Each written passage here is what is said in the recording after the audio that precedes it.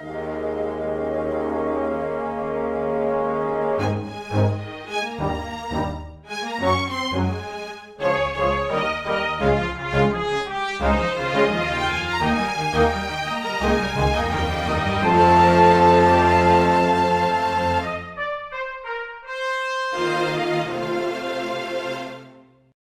everyone.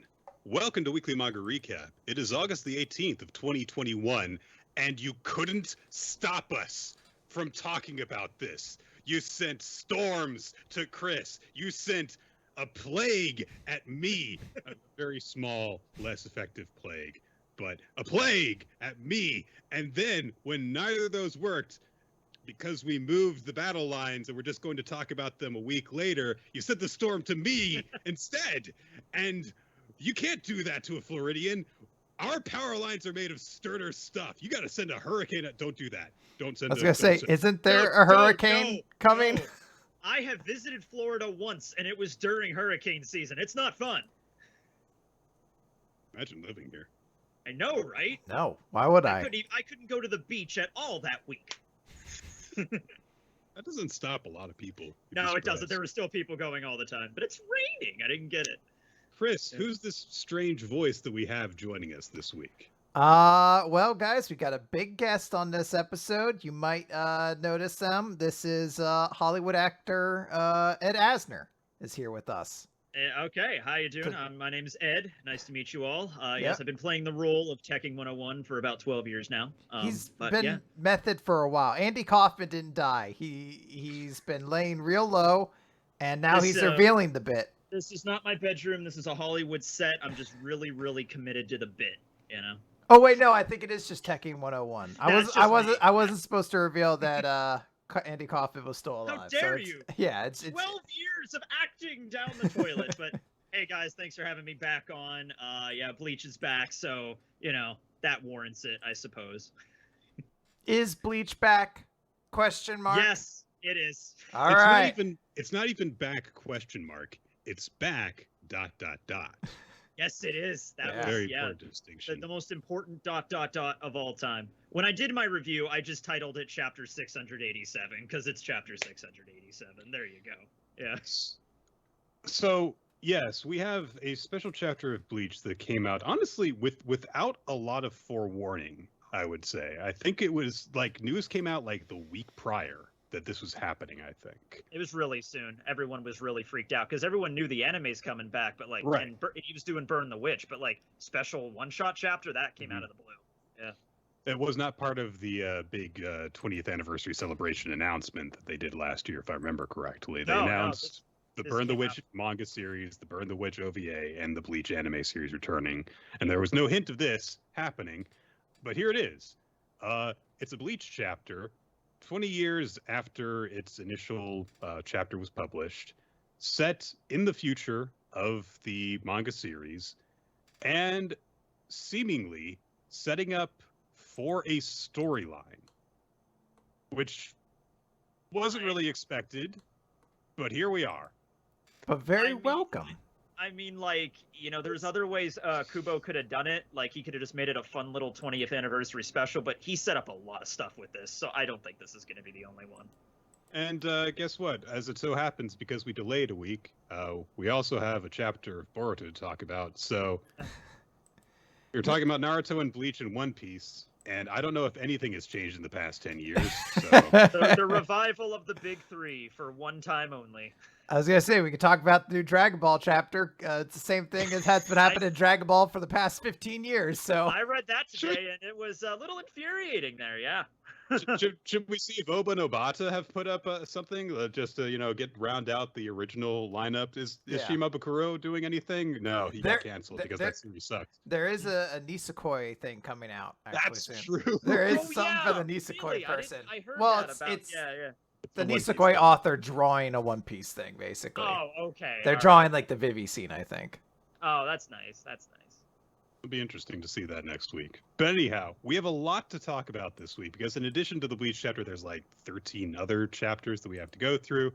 So I think that we'll just get this started and talk about Bleach. No breathes from hell. No breaths from hell. I keep saying breaths, but it sounds like breasts. So just no breathes from hell. There's an E in it, so it's no breathe. I was gonna from say hell. it's no breeze, isn't it? I don't know. I assume it was supposed to be breaths, but it's not his native language, so. Well, Kubo keeps on trying to incorporate all these different languages into Bleach, so maybe he was like getting confused with the way that like verb conjugation works. This sounds more like a Spanish sentence than anything.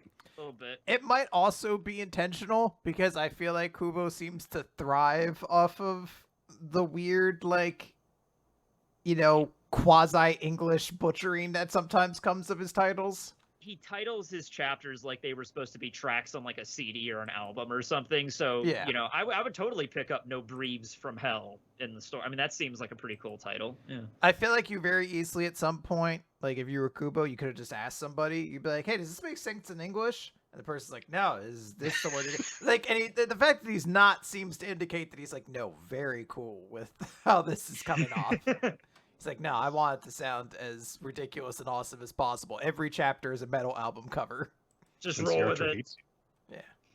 So I'm not going to go through this whole chapter blow by blow. If you would like a blow by blow analysis, you can check out Tekking101's YouTube channel, where he spent 80 minutes doing that. You saw it. I almost died of heat exhaustion. It was a fun one. And this is a long chapter. This chapter is the length of, so it's a Like Bleach 4 chapter. chapters. It's like This chapter is about the length of like 3 normal manga chapters and about 6 Bleach chapters. So there are a lot of things that happen in this. I'll try and hit the important points, but other than that, I'm just kind of go through the major beats. So we start off with this ominous metaphor that is done from a narrator whom we are never actually given confirmation of their identity, who says that they used to have 2 goldfish. The bigger one died, and while sad initially, the smaller one then began to thrive. And so the conclusion of the narrator draws from this is, it was good that the larger goldfish died. ominous. So death can be a good thing. The death of the strong and powerful can be a good thing. That's like a philosophy question, isn't it? Let's kill some goldfish, Nick. Yep, This is that's fucking- that- That's I'm all just- philosophers. I'm gonna go to PetSmart and just start strangling fish. And every time I kill one, I'm just gonna look at the employee and You say, have to "This leave is a one good alone, thing I'm though. doing." Leave one alive, and yes, Yes. it is a good thing you'll be doing. Yes. Yeah, I'll kill 17 fish, leave one alive, and then I walk out and I expect a medal. Instead, the police are there with no medal, just guns. Because you killed fish. Almost all of them, but not all of them. It was a good thing I did In my defense, I left one alive to Yeah. suffer. to tell to the tale. thrive, Nicholas, to thrive. Yeah, but it was a goldfish, so I forgot all about what had happened. I forgot all about it. Oh man. So then we get into the actual events of the chapter, beginning with a scene involving Kazui, who is Ichigo and Orihime's son, introduced in the very finale of Bleach. That creepy kid who would not change his goddamn facial expression. The He's always- eyes. The eyes. He's going to bed. Orihime is checking up on him to make sure that he's asleep. Then she sees Kon, who also stays with Kazui in his room, and it's like, "Oh, thanks for playing with him again today, Kon. Good night." She closed the door. Bye, Orihime. Yep, she's gone.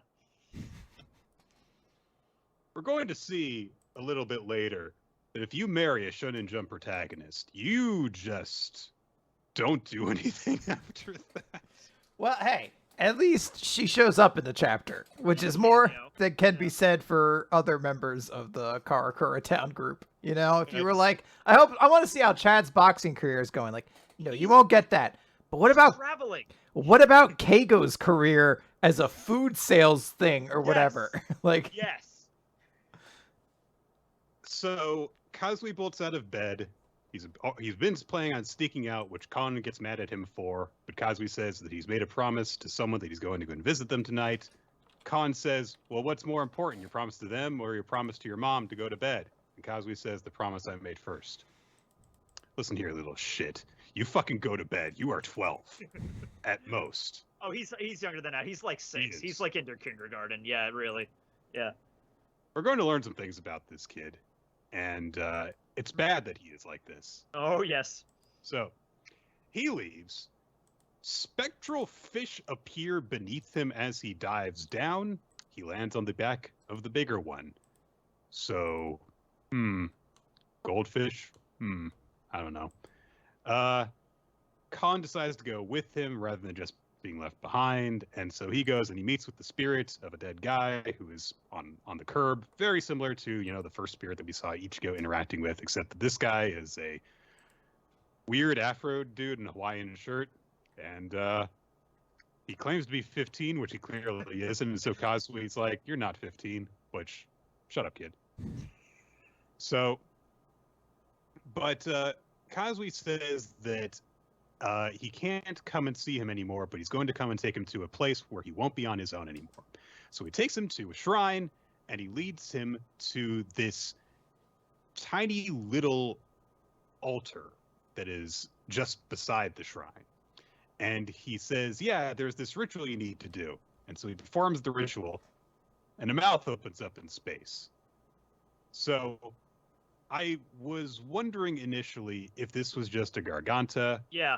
But as you pointed out in your video, Tekking, it has teeth, and that is different from any regular garganta that we have seen, except for the one that we see later. So no, there is something nefarious and bad about this portal that opens up.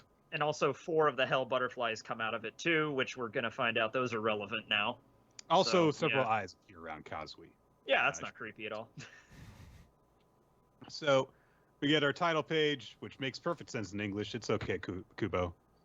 Then we get a little bit of a flashback to 3 hours earlier in the day, and we see Ichika, Rukia and Renji's kid. She's doing some training with Ikaku, who is, I guess, just her regular sparring partner and instructor and stuff. So showing her how to sword fight and stuff. She has this much more charming, arrogant attitude than Kazui does, because she's like basically building them up as if, oh, she's always been beating Ikaku this whole time, but he's showing marked improvement. Ikaku's like, I hold back on you because you're a kid and I'm your teacher, you stupid brat. She's definitely Renji's kid. Like, you can see it. Yeah. There's a lot of Rukia in there too, though. In that attitude of just looking down on this guy and with this mocking behavior that you can't help but find charming. Yeah. Renji could never pull this off, basically, is what I'm saying.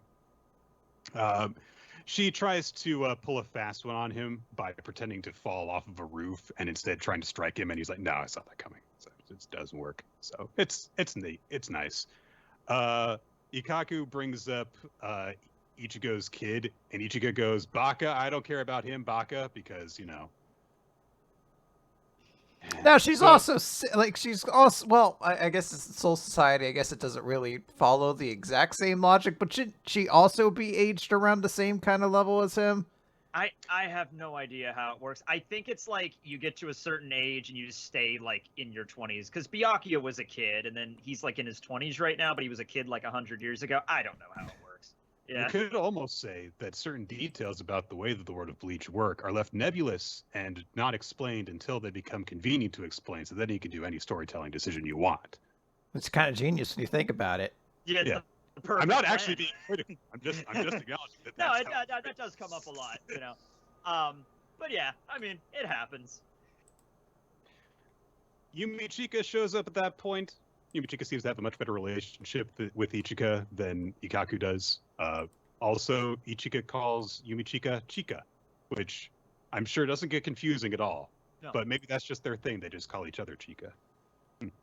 But Yumichika has come to bring up something to Ikaku, which is important, which is the Kanso Rei Sai, which is a thing that at this very same moment, Renji is on the phone explaining this to Ichigo. So, all right, time for lore. Renji says that 12 years after a captain is lost in battle, they perform this ceremony. And Ichigo says, well, this is the first I'm hearing of it. And Renji says, me too. Which, all right. I mean, to be fair, they specify captain killed in battle, And yeah, you're right. I mean, it's been a while. We've never seen a captain killed in battle until the very end of Bleach. They, like Aizen and stuff, they defected. So yeah, Gin died. yeah, but he wasn't a captain. He defected. So for the reasons that they explain, it seems like it shouldn't make a difference. yeah, it matters. No, I guess that the boundaries of hell will, they see that little name tag, they're like, oh, okay. Yeah, he wasn't a captain. He wasn't wearing the Haori when he died. So there you go. There you go, Nick. Come on. That's technicality. So, but Renji does explain a point that does, in the general sense of things, make sense, which is, yeah, captains don't really die a lot because they're so powerful, but when they do, we have to do this ceremony for them. And so Renji then brings up, why is it noisy over on that side of the line? And Ichigo says, yeah, Keigo opened up a ramen shop the other day, and he hasn't had any customers because he's Keigo and he can't be allowed to succeed at anything ever. He'll get there someday, Nick. He'll get there someday. How old is he now?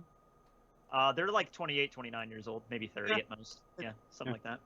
But he needs to have better friends, is my point. Because they're there. They're trying to help him, Nick. But Mizuhiro's being a dick about Oh, he's always like that. Ryu might get a cameo here in this scene. You see a guy in the background that kind of looks like Ryu, but we don't see his face. I'm just going to assume that's Ryu. Yeah. It does look like his hair, and if they say that, like, Keigo doesn't really have any other customers, then it's probably Ryu. He's there on his lunch break from the hospital. There you go. Unless this turns out to be the long-awaited reappearance of Ryo Kunieda, the girl from their class who could sprint good. So. Oh yeah, I remember her. She was cool. Yeah, I studied up all on them, and Chris didn't bring them up during the Bleach trivia contest. So, suck, nerd. She's not even the most obscure character among them. There was like some other. It was the girl she hung out with, whose name I forget, and then there was another girl that was just also there. But anyway, So Renji essentially says, so as part of the ceremony, we have to go out and capture a hollow to come and kill at the captain that we're holding the ceremony for, their gravesite. So I'm inviting you to attend this whole ceremony. Normally only captains sort of take part in it, but and you're not an outsider when it comes to Captain Ukitake, which it bugs me because I understand what's going for here. Ichigo did seem to have a level of understanding with Ukitake, but we really never saw them interact outside of like one conversation. It is kind of annoying. I mean, maybe they did interact a lot more, like, I don't know, off screen or something, but pretty much only that happened was Jushiro gave him the combat pass. Like, here's your combat pass. Cool. I mean, bye. You'd say that it's like the most interaction that Ichigo really had with any of the dead captains, but there was also the time that he and Unohana were together in the Garganta. Like, that's almost as much interaction right there. Honestly, yeah. Really, it's it's a little bit of a shortcoming because certain relationships were not as explored as much as we're meant to think that they were, but whatever. Maybe the way Renji's looking at it is like, hey, Ukitake chose you or something, so maybe he would want you to be here. Maybe that's the best way of looking at it. Yeah, there is some form of established connection between them, whatever. But anyway, Ryukyu shows up then because of course she and Renji are married. She has a side ponytail now, and she is living her best life. Watching trash TV, saying that Ichigo's gonna get cucked. She's trying to figure out how smartphones work, which is very adorable. Yeah, because there has been a lot of technological developments in the Soul Society. It's just been established in the last 10 years because Urahara moved over and Yamamoto stopped being in charge of things and making things stupid unnecessarily. But yeah, apparently she's been heavily influenced by soaps, which, given how little we've seen of Orihime, maybe she's onto something. Anyway. Also, Mayuri has bugged literally everyone's barracks because he's Mayuri, and everyone just kind of They raise a fuss about this, but they don't do anything about it. When you could do something about this, but they don't. Could Anyway. you really? He's Mayuri. He's like, if you squash my bugs, more will take their place. After a while, you're just like, oh, fine, let him do whatever. Gotta let the guy live, Nick. Come on. Yeah. Yeah, we got. There's let a this guy into our clause. house. There's like when the Soul Society was founded, there was like a clause like you gotta have one crazy asshole at all times. Like I know you don't like him, but there's just gotta be one who's just fucking crazy and probably really dangerous. Like probably really dangerous. Oh, extraordinarily dangerous. You just gotta keep him around. I'm sorry. Like it's tradition. Do you think that you can handle Mayuri's holographic projector spy device thing the way that you do with like webcams that you don't want to be spying? You just put a little bit of tape on the thing when you're not using it, and it just can't come out. And there you go. He would, I mean, maybe, but he would just develop some other way to get around it. Like the fly has like multiple eyes that appears out of it or something. Like, yeah. Or you could just kill him. Mayuri or the fly? Mayuri. Oh, all right. Well, good luck with that. You've Have got fun with that Unohana now. adventure. All right, so we do cut around to the various different barracks as people are reacting to this news, including we see that Ichika is actually spying on this conversation when she sees her mom and dad getting it. She also thinks that Mayuri is cool, which goes to show that she's not perfect. So yeah, needs a bit of guidance. The dude's cool fights and abilities, but he literally committed like genocide, so maybe not the best role model in the world. You know, not probably not cool. Shouldn't be allowed around children. That does seem like a big definitely flaw. not. Literally any other captain would be a better role model. Like I would prefer Ichika hang out with Kenpachi before Mayuri. You know what I mean? Like Well, Zaraki knows how to handle children. Yeah, because Yachiru. So yeah, that would be perfect. That's what I'm saying. Actually, I thought of an amazing idea. What if Nemu, the new Nemu, comes over for play dates with each other? Oh my god, that would be adorable. Yeah, why not? Yeah, let's have that. My assistant captain tells me that this is important. I don't know why. The last Nemu turned out just fine. Maybe some social interaction with someone your own age is good for your development or something. Crazy idea. But the important thing that happens here as we're cutting around to all the different places is we are introduced to the new vice captain of the 7th Division, who serves under Iba, Atao, who is deaf. And this is one of 2 lieutenants that we're introduced to in this, and not in this sequence, but in this chapter. And Atao is the better one. Oh, yeah. Well, I mean, I like the other one's she's very bubbly. She's going to be fun, I think. But I do like Atao's character more. Yeah. Hisagi still gets shit on by everyone because he's Hisagi. He is the Keigo of the Soul Society, I guess. Remember at the end of Bleach when he said he mastered Bankai? No. He said that. Yeah. But anyway, Nick, it's one of those volumes people tell you to read a lot.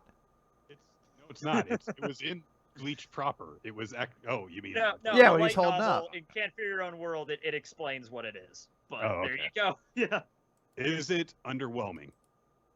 Oh, you don't know what it is? No. It's because actually, I don't read Bleach light novels. So. Well, I don't. I actually haven't read the whole thing yet, but it's actually pretty badass. Yeah, I can tell you what it is, maybe, but that would take time. So let's just keep going. We have time to fill. We cut ahead to they're going to. Why not? They're going to Karakura Town to do this. Of course they are. They have to capture a hollow, spill its blood in front of a grave. There's only one place you can get a hollow. So why not Karakura Town? It's had it easy.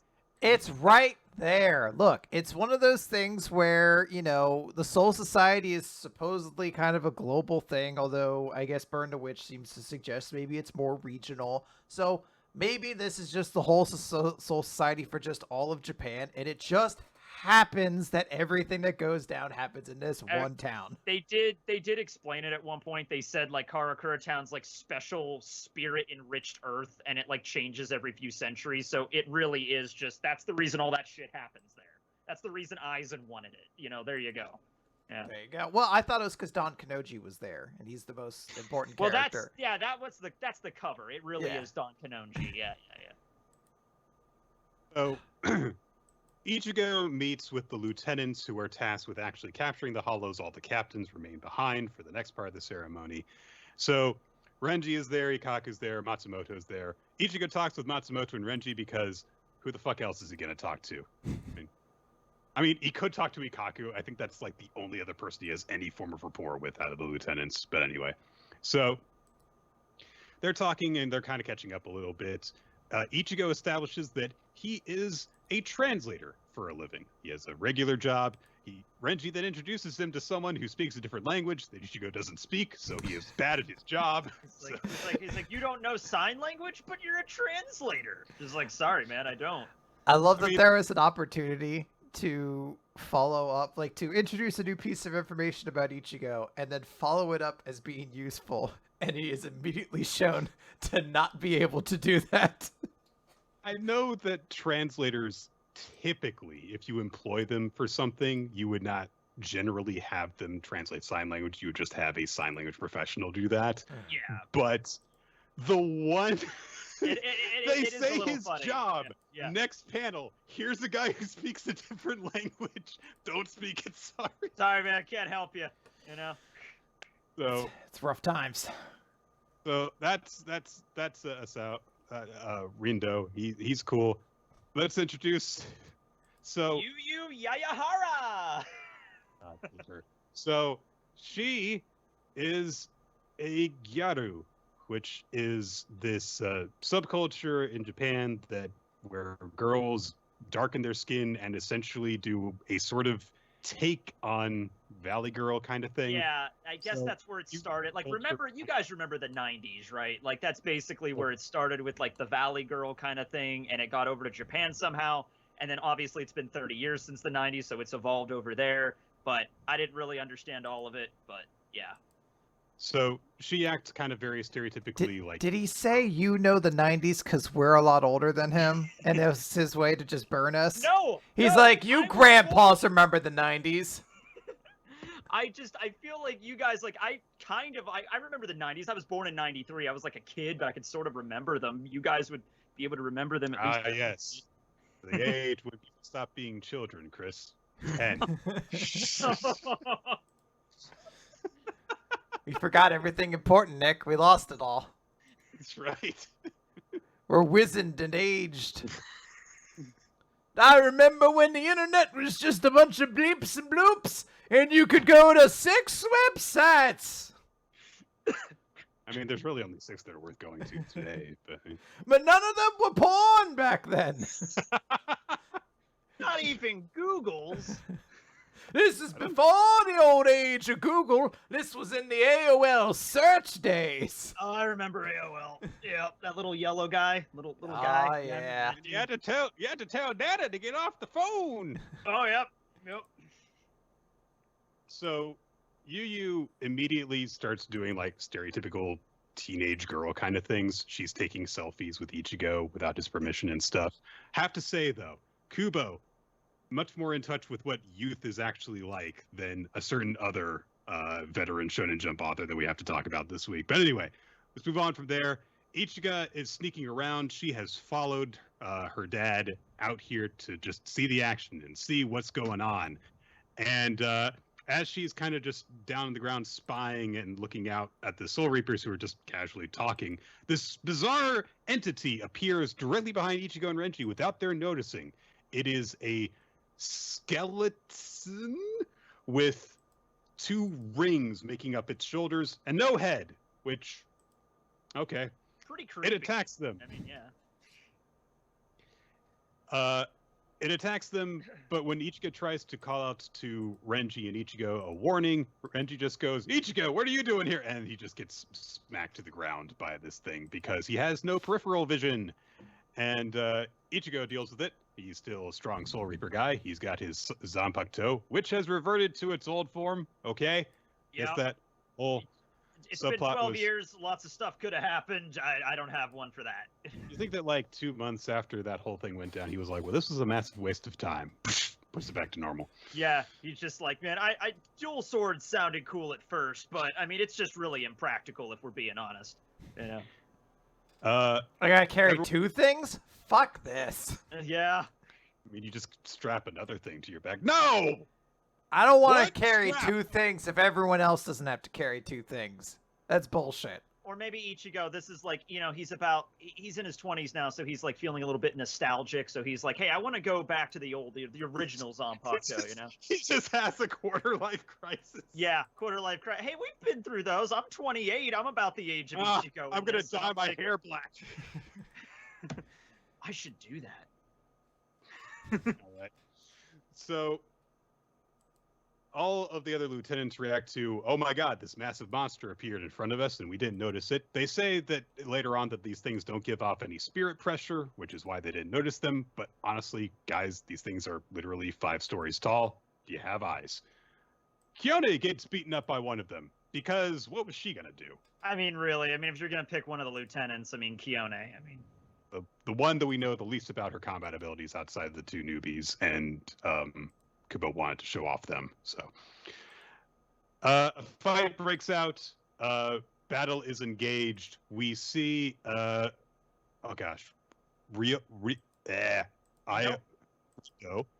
Shikai, which is very nifty. It turns into what looks like a bunch of Shikigami, and then they turn into hawks, and the hawks eat the hollow? They just strip the flesh off the bone. It's a pretty terrifying ability there.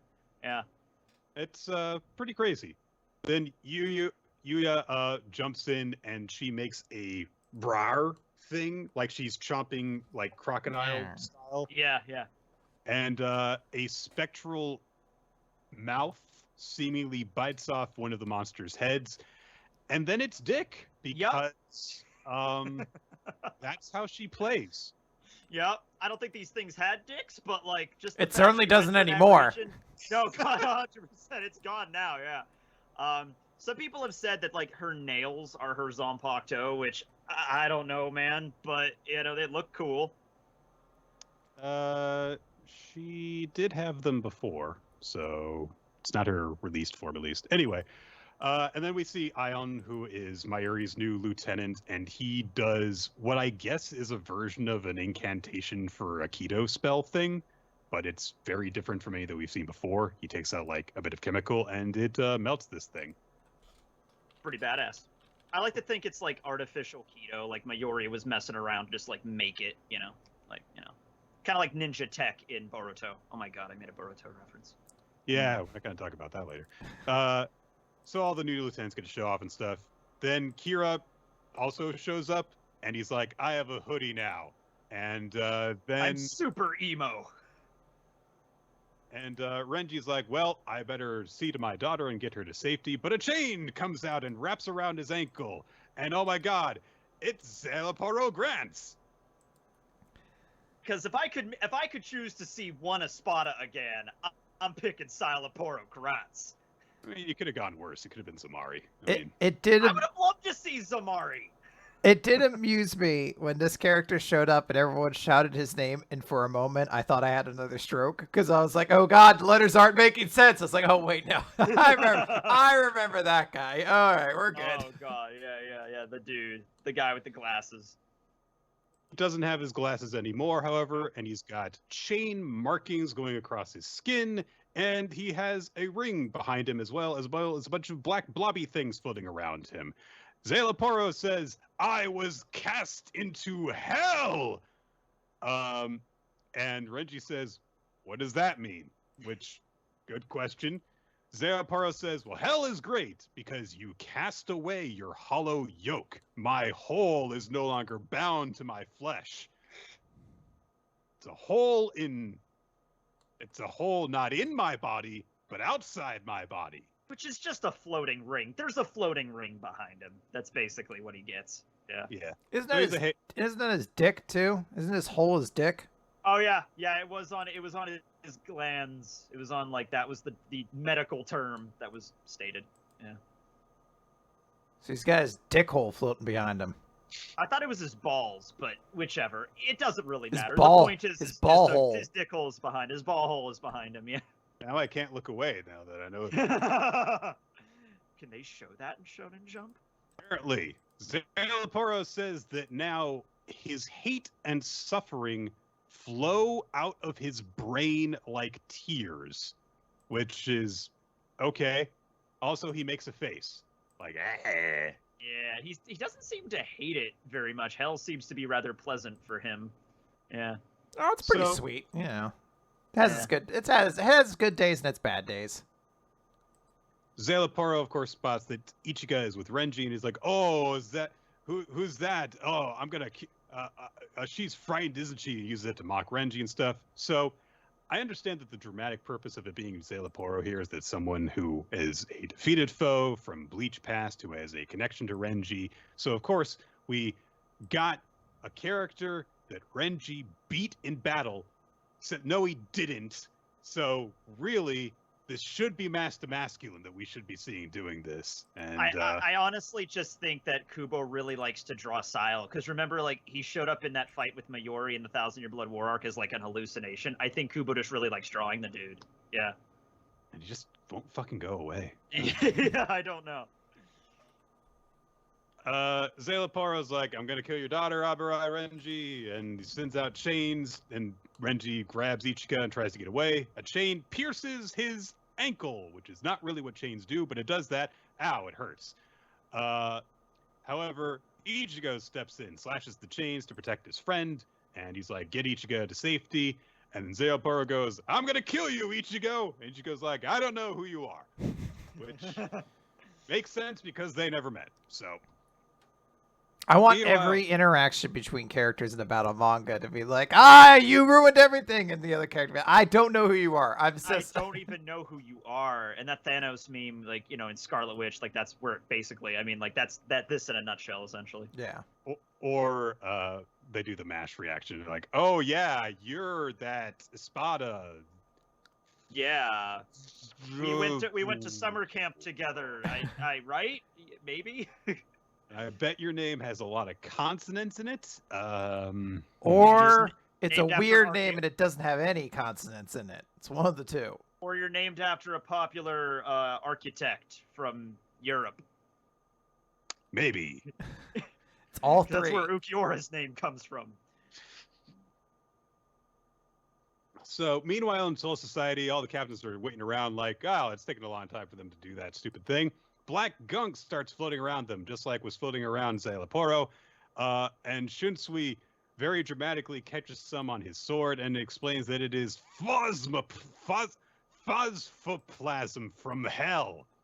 Which he then, as if he had this prepared, launches into a speech to say, this is an old wives' tale that I will hope that you will humor me by saying. And everyone's like, well, you're our boss, so we have to listen to you.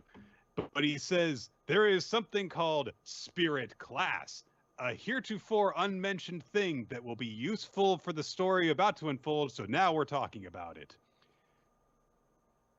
People have higher levels of spirit pressure because everything in the spirit world is made of reishi, which is the thing that Quincy's use in order to manipulate their arrows and launch attacks and stuff like that. Soul Reapers are made of it. The stronger the Soul Reaper, the higher the density of the spirit pressure, the higher the density of the reishi that makes up their body.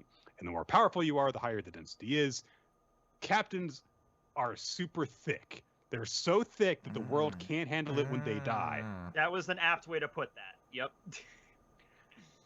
It is such a great tragedy when all that thickness dies that it just can't be contained in the other realms that make up the cycle of life and death. So instead, they go to hell. The cycle in Bleach has never made perfect sense, so fine, they go to hell.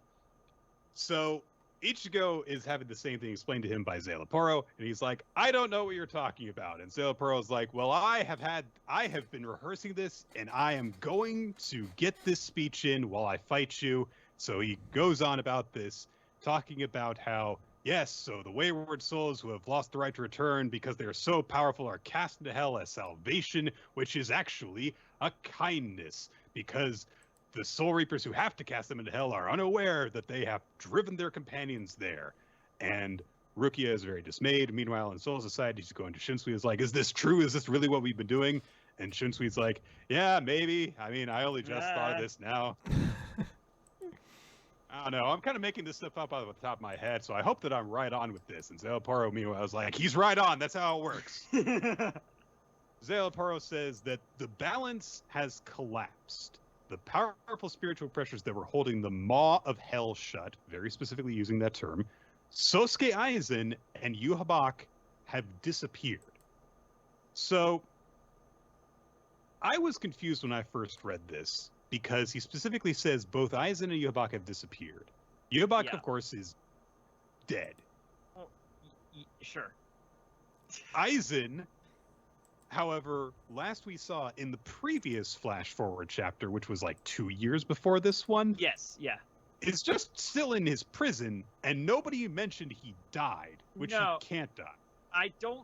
Yeah, I was confused by this too. What I think he's referring to is like they're not going to be able to fight back. Like, you know, Hell, like there was no point in Hell opening up before this because Aizen would have been around, Yuha would have been around. But since they're not around anymore, they can't fight back. They could just open up the gates to Hell and have their way now. That's the way I took it. I guess he is being subjugated currently, so his pressure is being dealt with. Yeah, he's in Muken, which is like kind of like removed. Also, Yuha may or may not be the new Soul King. It's a light novel thing, Nick. You wouldn't get it. You wouldn't get it. Yeah. So it's a bit of a purple qualia thing where there is now this gate that no longer has these great forces holding it shut, so the forces of hell can burst out from it, including all the hollows that have been killed, and evil versions of the captains that we've met before, like Yamamoto, Death Sword Retsu Unohana, which is a great name. That's an awesome title.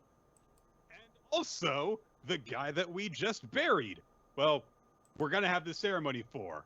Ukitake, who is now being referred to as Kamikake, Godsworn. And Ukitake's sword suddenly pierces through Zalaparo's chest from behind as the gates of hell have appeared behind him, stabbing Zalaparo through the chest. And so Ichigo's like, wait a minute, this doesn't make sense. The ceremony's not complete. And Zalaparo says, no, it was done because you guys just massacred the beasts of hell in front of Ukitake's eyes. Okay. Yeah. Now, Nick, there's a very important piece of info that I feel like we discussed here. And we need to discuss it. Okay. Because it seems to imply a certain character is still dead. Hold on a second. We'll get to that. Okay. Listen, I was right. So anyway, Zalaparo says, I'm going home. You guys aren't fun anymore. But then he says, hell has always been beside you. I doubt you failed to notice. Haven't you ever wondered why the butterflies that guide Soul Reapers have hell in their name? Haven't you ever wondered? It all comes back to the damn butterflies, guys. You never trust the butterflies. And for our German listeners, we don't want you to be confused. We're talking about the Heckschmetterlings, is what they're officially referred to as. So, this is such a very Kubo thing to do. Like, haven't you ever wondered why I didn't say this particular weird sentence? Why did you assume that the Espada were ranked from 1 to 10 instead of 0 to 9? Yeah. Like, it's a detail that maybe at some point he had like a reason for this and he's just like, I'm gonna get this in. This is my one chance to get this in. It didn't fit into anywhere else in the story, so here it is. Or maybe it just came to him. It's like what you said earlier. I mean, like not really expanding upon things, then just all of a sudden expanding upon things because it's like, yeah, there's butterflies that guide Shinigami from Soul Society of the Living World. Why are there butterflies? I don't know. Where do they come from? I don't know. What do they do? Why are they called hell butterflies? Because it sounds cool. Yeah, no, that's really just, it sounds cool, yeah. Jigoku Cho. Yeah. So, I don't really have a problem with this, but I do think that it's silly that it's like thrusting in your face, like, oh, didn't you ever wonder? It's like, no, not really. I never sat down and wondered, really, not me. I guess the butterflies spy on the Shinigami for hell, I guess. That's the premise. Yeah. But I like the idea that everyone knows they're called hell butterflies, and nobody was like, hey, why are they called that? And like somebody was like in a back room somewhere like, shut up. They're going to figure it out. Just like one satanic intern is like, God damn it, our full that would have been plan. That would have been funny. Like Ichigo is just like, hey, why are those butterflies? Why do they have hell in the name? And Ukitaki's like, oh, I don't know actually. Shit, you're the first person to bring that up. A very obvious name that nothing else in our realm is named. Yeah. The gates of hell close on Zelaporo as he is dragged back into hell. Presumably not gone. I mean, he's already dead. Yeah, he just says, like, I'm going home. You guys suck. Hell's awesome. You know? The skeletons that make up the gates of hell start to grow eyes. Not unlike the eyes that we saw Kazui summon before. And as they look down, we see Kazui wandering down the street in his Shinigami garb, a couple of hell butterflies flying around him. And he looks, presumably, up at the gates. He has a big, happy, stupid grin on his face because he is crazy and insane. And we get a new title card at the end of the chapter, which is New Breathes from Hell. And then the end. Dot. So, yeah. Bleach is back! Woo! I don't know where this is going to lead. It would seem as though Kubo has very deliberately left the door open for him to make a new story. He seems to be in this phase of his career where he's just like, got an idea, I'll make a story, which I think is the best way for him to write. It seems to really cater to his strengths and interests. So, sure. I don't like parts of this. I don't like Yuya. I think that she's sorry. I think that she's annoying. Like the other lieutenant that was introduced. I have a theory about this. So, if we aim our eyes back, because I went and did a little bit of rereading of the end of Bleach to fill myself in on certain details. So, there was an unexplained cliffhanger that happens in the second to last chapter of Bleach, where Mayuri's lieutenant was observing some stuff, and he said that there is a spiritual signature similar to Yuhabak's that registered. Oh. Yeah, that was explained. Was it? Yeah, because in, like, the general, like, really quick, it was implied, like, okay, Yuha can manipulate the future. So, like, right before Ichigo killed him, he's like, I'm going to reach into the future, and, like, at some point when everything seems cool for you, that's when I'm going to pop back up and, like, kill everybody.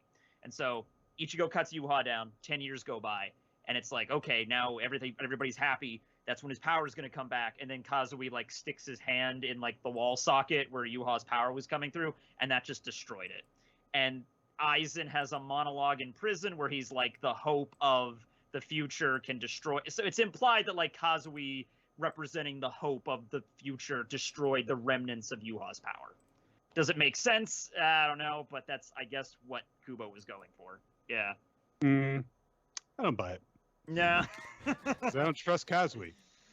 Yeah, the kid is a little bit like, the way I took it is like he's opening up a gate to hell and thinking it's like a good thing, and he's like sending, like, the Afro Hawaiian shirt guy. He's like, come on, go into this portal. Everybody's in here.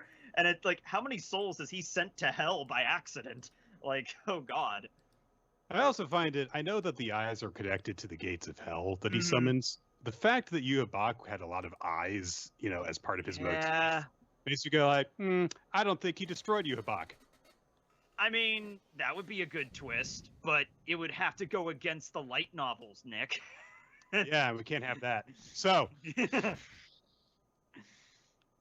but yeah, it definitely seems to be like, hey, you want to have more Bleach? Here you go. And if you want more Bleach, there you go. I'm honestly okay with it. And if, Kubo, if the next chapter comes out, like, when it's not on a schedule, it's like whenever Kubo feels like it, whenever he draws it, I'd be okay with that. It's more than we get now. So, whatever, once a year even, that's fine.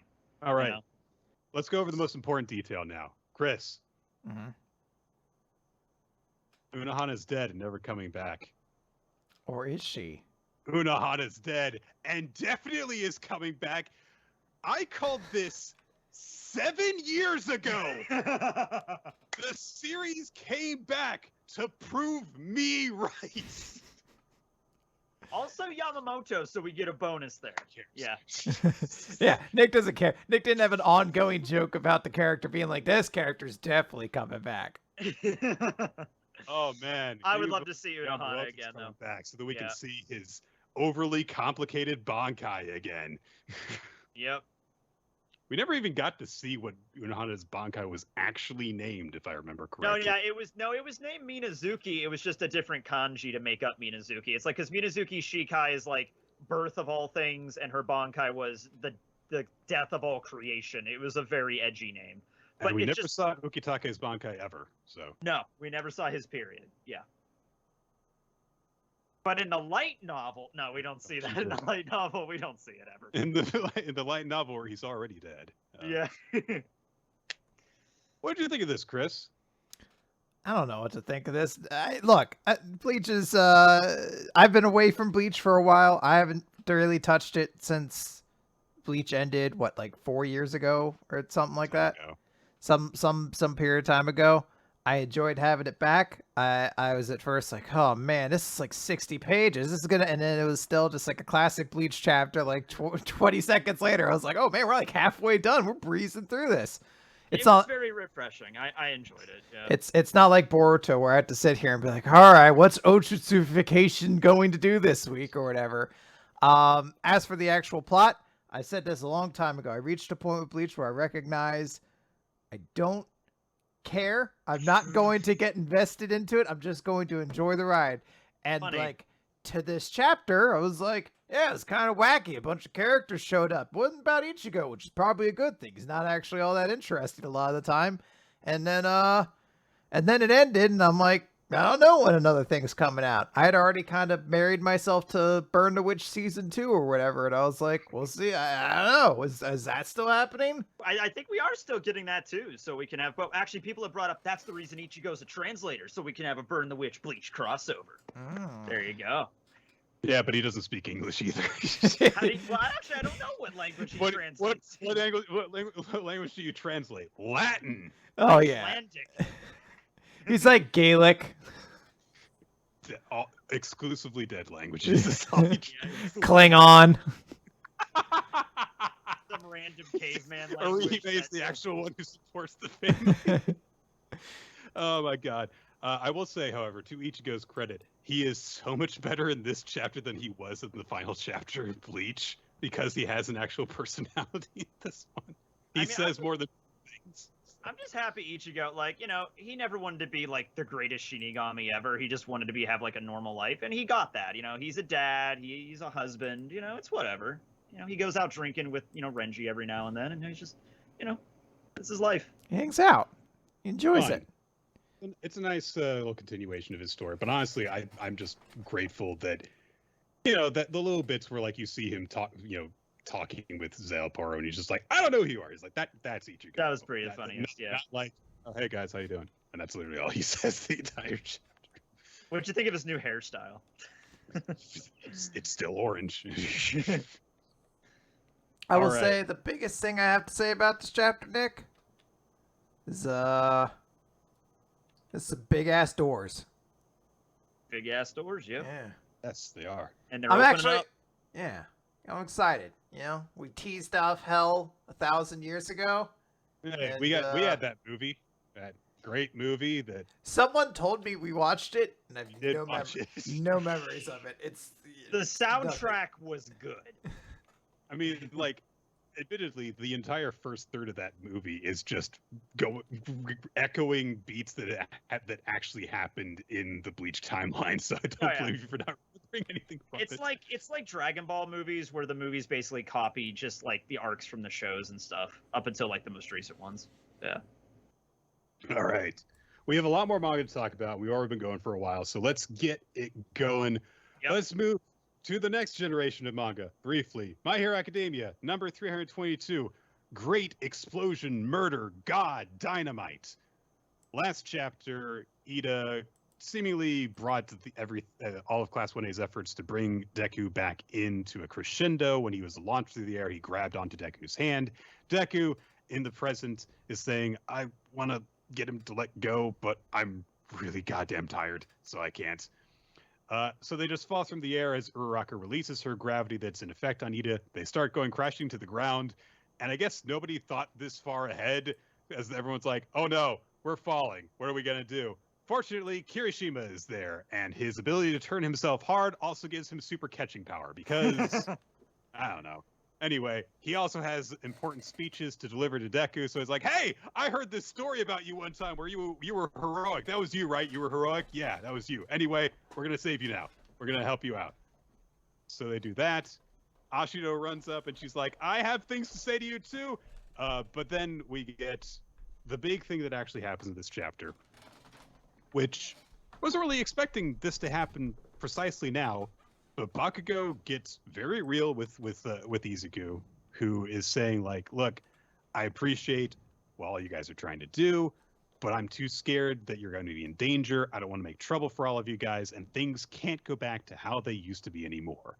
But Bakugo says, hey, you remember we were fighting Shigaraki, and he punctured me with all those weird tentacle things? Do you remember what I said? And Deku's like, I had a lot on my mind at the moment, so... wasn't really listening. Bakugo says, well, I remember it vividly because, I nearly died and I remember everything. It was horrifying. But he says, it was stop trying to win this on your own, but I had more to say. And he just goes into like, I've looked down on you for like our entire lives together because you were quirkless. And I just thought that was the way things are supposed to be, that I was supposed to be above you. And then things started happening where you felt like you were above me.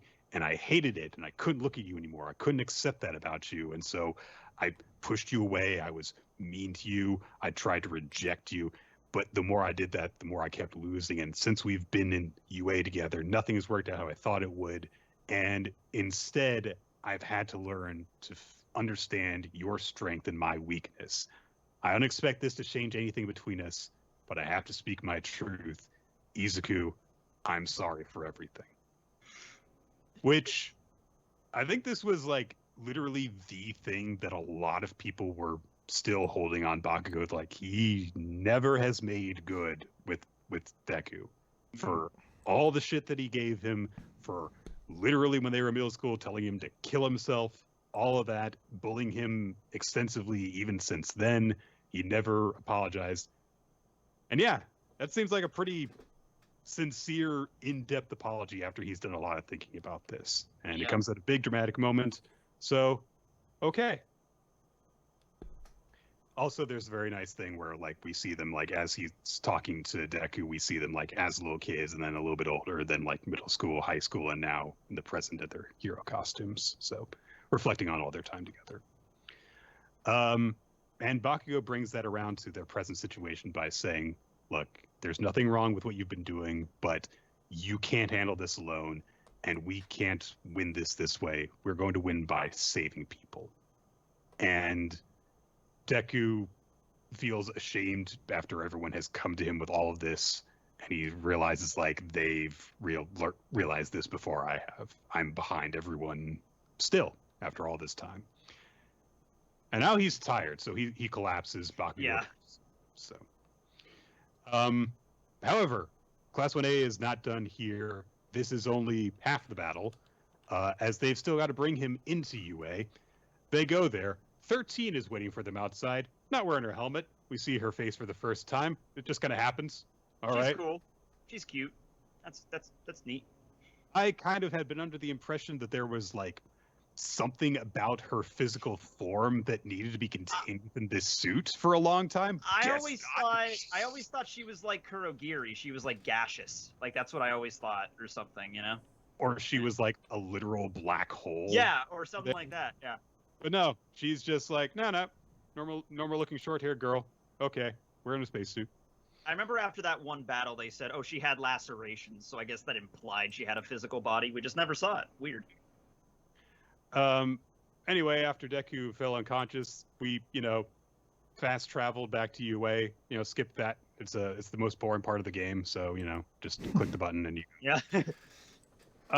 Somehow people have heard that Deku was on his way back to UA, and there's a bunch of people gathered outside to protest this because, of course, there are. They think that he is going to lead to Shigaraki targeting them and going to put them all in danger. President Mike is trying to calm the crowd down while everyone's yelling about this. And while this is happening, he just turns to leave. He's like, yeah, I can't be here. I'll put all these people in danger. But before he can even take more than like a single step, Uraraka grabs him by the hand. And she says, "It's all right."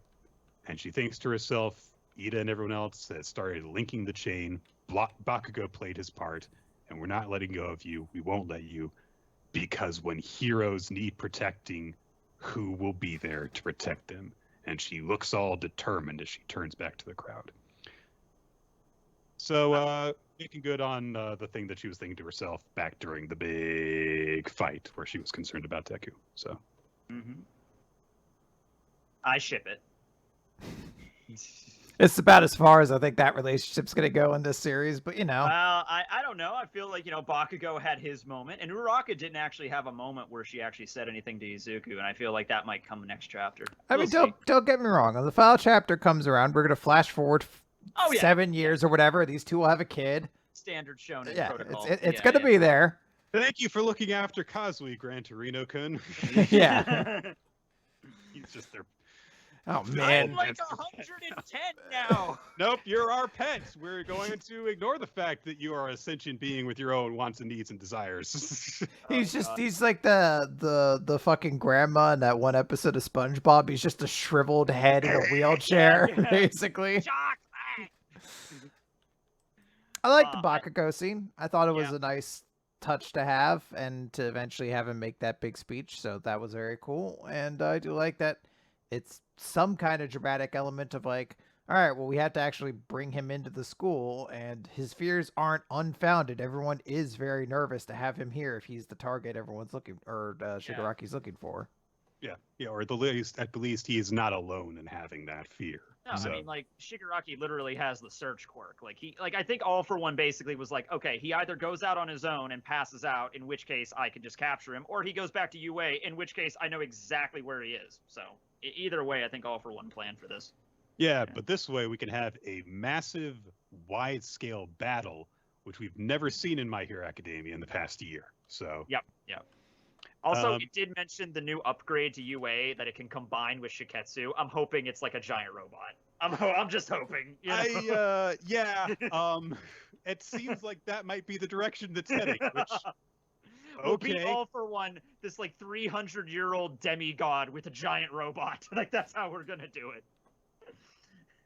And it seems as though we've saved like all of the really, really big dramatic beats of bringing Izuku back to UA for Ida, Bakugo, and Uraraka, which seems like the most appropriate people to have the focus be on for that. Yeah. So, good stuff.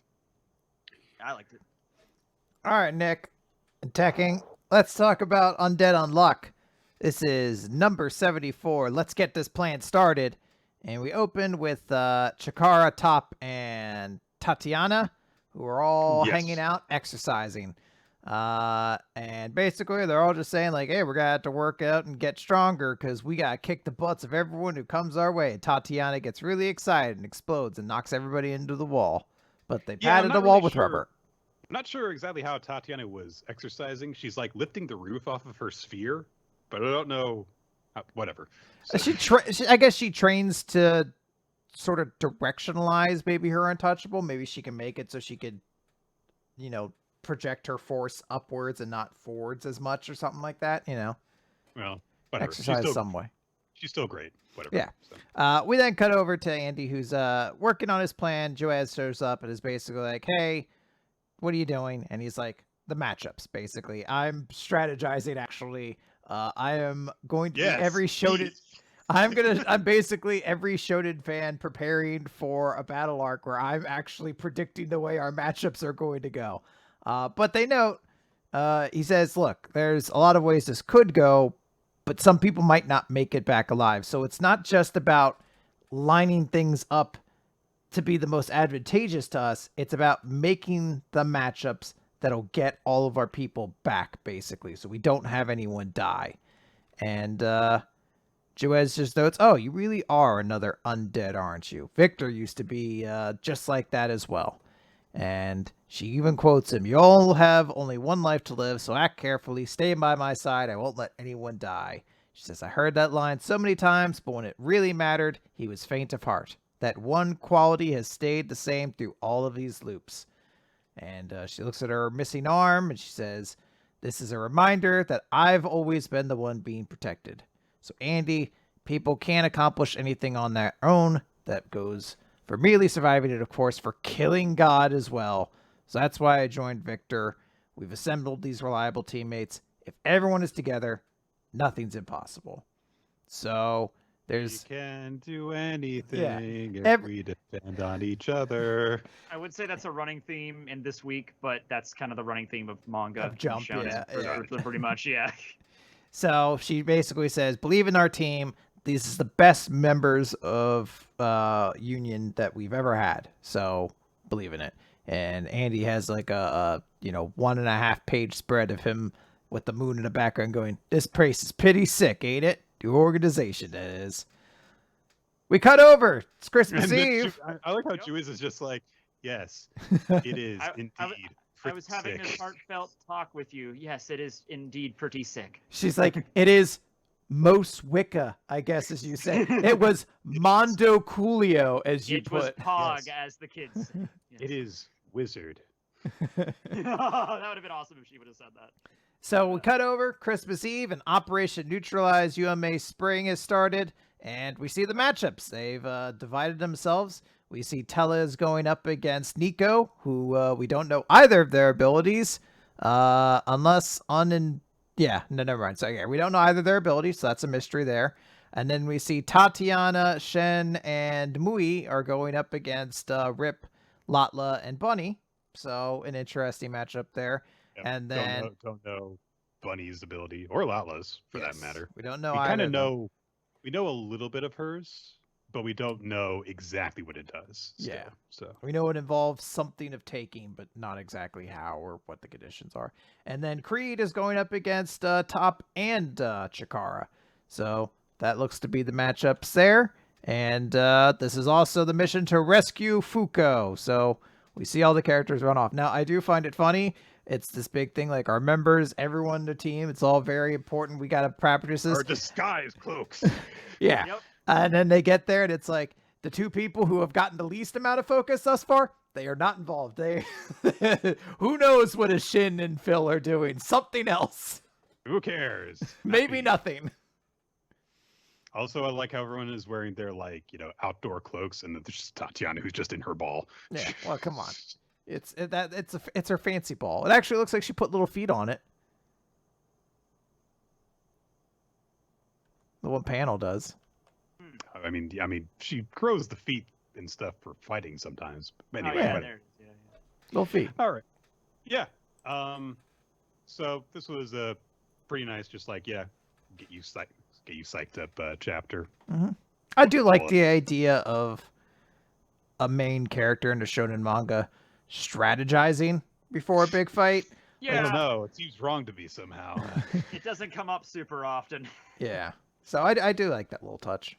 I do really like where Juiz brings up I'm used to this because Victor was always paranoid about other people because they could die and he couldn't. It's a very kind of big brother way of looking at it. So I've only read the first 10 chapters of this all the way through. I need to get into this though, because just all these different abilities, just the fact they're all named after Uns, I'm okay, I'm kind of interested. If you world building, I would say this series is probably the biggest one after One Piece in terms of a series that has built a very distinct world in Jump right now. And it's only 74 chapters in too. That's pretty impressive. A ton has happened in that 74 chapters as well. And also, it just gets way better after the first 10 chapters. So. Yeah, I'll check it out. Yeah. All right, let's go over to Boruto. Naruto to Next Generations, number 61. Madness. Get a color page of Amato smoking a cigarette. Okay. Kishimoto Sensei, what do you think 12-year-olds talk about on their day off? I don't know. Cards. All right. So, Boruto's got his stupid collectible card game thing, and he didn't get a good draw. He got fucking Shino. Who wants a Shino card? Nobody. I want a Shino card. I would love a Shino card. I saw this one. I don't understand anything that's going on, but I saw this first page, and I'm like, still shitting on Shino, aren't we? I also, what fucking card game has its rare slot card as the first fucking card you see? How the fuck do you slow draw this pack? It's not like Pokemon where it's like a special, like, I have to cut it open and then slide forward from the back. This thing's fucking right front and center. Just like, here you go. Here's your rare. The rest of it's fucking garbage apparently behind it. Or he just sees Shino and got so upset, he tossed the rest of the fucking cards in the air and there was like a fucking falling Kurama card or some shit falling in the background. Yeah. There was an ultra rare Kaguya in there too. Damn it. That'd be the best. The bad guys are in there too. Oh, I got fucking waifu pain card. It's the best. They had to expand at some point. They're like, screw it. These are terrorists that almost destroyed the world. Yeah, well, it's a card. Yeah, but look at the cool eyes they all had, and some of them had swords. Why the fuck is Hidan in this? That psychopath who worships a god of immortality and killed Asuma. Why is Madara in this? He betrayed the whole the whole nation. Like, but man, he's so cool. Yeah, well, we had to have all the Hokages in there. Oh man, I'll trade your black Zetsu for my white Zetsu. So, oh my god, we get a long conversation amongst Boruto and the other boy kids, based on the fact that there is someone who is observing Kawaki and Boruto from nearby, and Boruto's like, why is there gotta be someone watching us? And Inojin is like, well, yeah, I guess it is more just to set you at ease, considering that the Yamanaka sensory network is really good, but, you know, here's how it works. Here's how the sensory net around Konoha works. It works exactly how you would think it would, based off of previous chapters that would give you context clues. I thought this was already explained in Naruto, by the way. Like, like I thought this was already taken care of. When someone goes into Konoha, we detect their chakra signature. It's compared to a fucking database because everything is run on computers now here in Naruto world. So there are gaps in that, I guess. And Inojin's like, unless the enemy is able to erase their chakra signature, any movement inside Konoha won't be missed. Unless you can erase your chakra signature. Unless you can erase your chakra signature. Unless you can erase your chakra. Erase your chakra signature, huh? My undercut will have much to think about tonight, says Kawaki. Some fucking ninjas are watching one of Code's claw marks doing nothing, and Sasuke says, this is a waste of time, and leaves. That takes 2.5 pages. You're welcome. We go to Shikamaru and Amato. They talk about nothing. That's it. You're welcome. Shikamaru makes some smart-ass remarks about Amato, saying you can't smoke here, even though he is smoking there. That is the one source of humor I found in this entire chapter. That's it. They talk a little bit about Kawaki and Code. And Shikamaru's like, maybe Code will get so depressed that he'll just give up. Which, all right. We cut to Naruto's house. Kawaki comes down the stairs. He's got a bundle of magazines. Hinata watches a soap opera and cries. That's the most she's done in this entire series so far. She's watching a sad show, though, Nick. She's experiencing emotions like all of us. Days of our shinobi. Yeah. It does seem to be vaguely reminiscent of, like, the age of Naruto at a certain point. Like, it seems like something that would have actually happened, like, between Sakura and Sasuke or something like that. Oh, yeah. Anyway. Well, like, they show what everyone's doing. She's watching TV. Boruto's playing his Switch. Sasuke, or Naruto is just, I guess, fucking falling asleep where he is. And Hinamori is fucking tucked into bed sleeping. Yeah, Himawari is asleep because it's the time for good little kids to go to bed. Boruto has not wrecked this handheld thus far, so that's the last one that he has to play. He's not good at it though because he's going, damn it. And I guess Naruto is supporting his wife's turn to choose what they watch for their couples night together. What a hellscape though. If you have to watch television from your fucking dining room kitchen chairs. Like, what the fuck? Seriously, though. You don't have a sofa or something in that fucking place to sit on? You're the fucking Hokage, Naruto. Like, dang, you don't have anything? Naruto's just like, I am not paying for someone to come in and get this place karmically good. No, we are not going to do that. I have to own 2 different chairs? No. No, it's not happening. And by the way, has it ever even been addressed? Because the last time I paid attention to Boruto is when Kurama died. And I'm like, have we ever had like a moment where Naruto's like, I'm really sad Kurama's gone. I'm going to sit around and think about it. No, it's just like, He's gone. Why do that when we have really cool 12-year-old boys who could be doing cool things and be talked about for how cool they are? Like talking about sensory networks. And Yeah. Okay. All right. What unfolds next is so stupid on a cosmic level. Kawaki says that he is taking out the trash. And Hinata's like, I mean, you could just do that in the morning. He's like, no, I'll forget about it. Walks outside. The guy who is watching he and Boruto is perched on a telephone pole. Perfect position, I guess. As you do. Yeah. Watches Kawaki come outside. He drops the magazines on the curb. And then Kawaki, while looking up at the sensory network guy, dives into a hedge. And then comes out. And the guy's like, yeah, watching the Uzumaki household, Kawaki came outside and went back in. Nothing suspicious happened at all. Nothing in a well. It's not like you can. I mean, maybe if people can make clones, but what are the odds of that? I mean, really. It looks like he jumped into a bush and then walked out of the bush. Should I check what's in the bush? No? Okay. And that's when you find out the headset's not connected to anything. Yeah. Like there's No a one actually string. asked him to do this. There's a string that goes into He's like a just waffle. Really bored. He's not even really a ninja. He's just really bored. He's just a pervert. He's just on Oh, their God. window to stare into the windows. What shows are they watching? I just really love Naruto, and I want to watch what his life is like. And that's just me. This is actually a villain that Naruto put away, and he can use his quirk to take control of paintings on the road. Sorry, that was the episode of My Hero that came out this week. On Pretty good.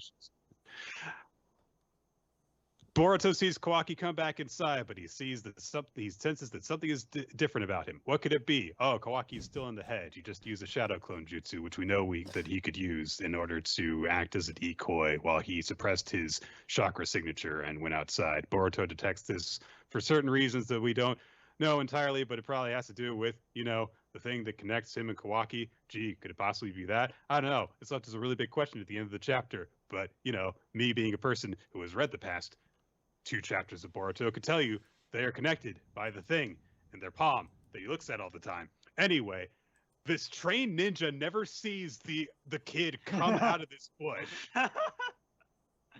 And since he has no chakra signature, he's like, well, he's got no spirit pressure, so he could be 4 stories tall, and I wouldn't see him. People need to learn how to use their eyes and ears. They rely too much on magic sixth sense sensing powers. Yes, that's correct. We need to have a seminar about this. Oh, God, yeah. Boruto is like, wait a minute, he's trying to get away. So he goes outside, but he's like, oh, man, but the guy who's keeping an eye on me can still see me and detect my chakra. I'm going to go be angry at the shadow clone guy. So he goes to do that. However, we cut over to Ada, who is detecting all this going on because she has her super I can see everything power, which doesn't involve chakra signatures and all that stuff.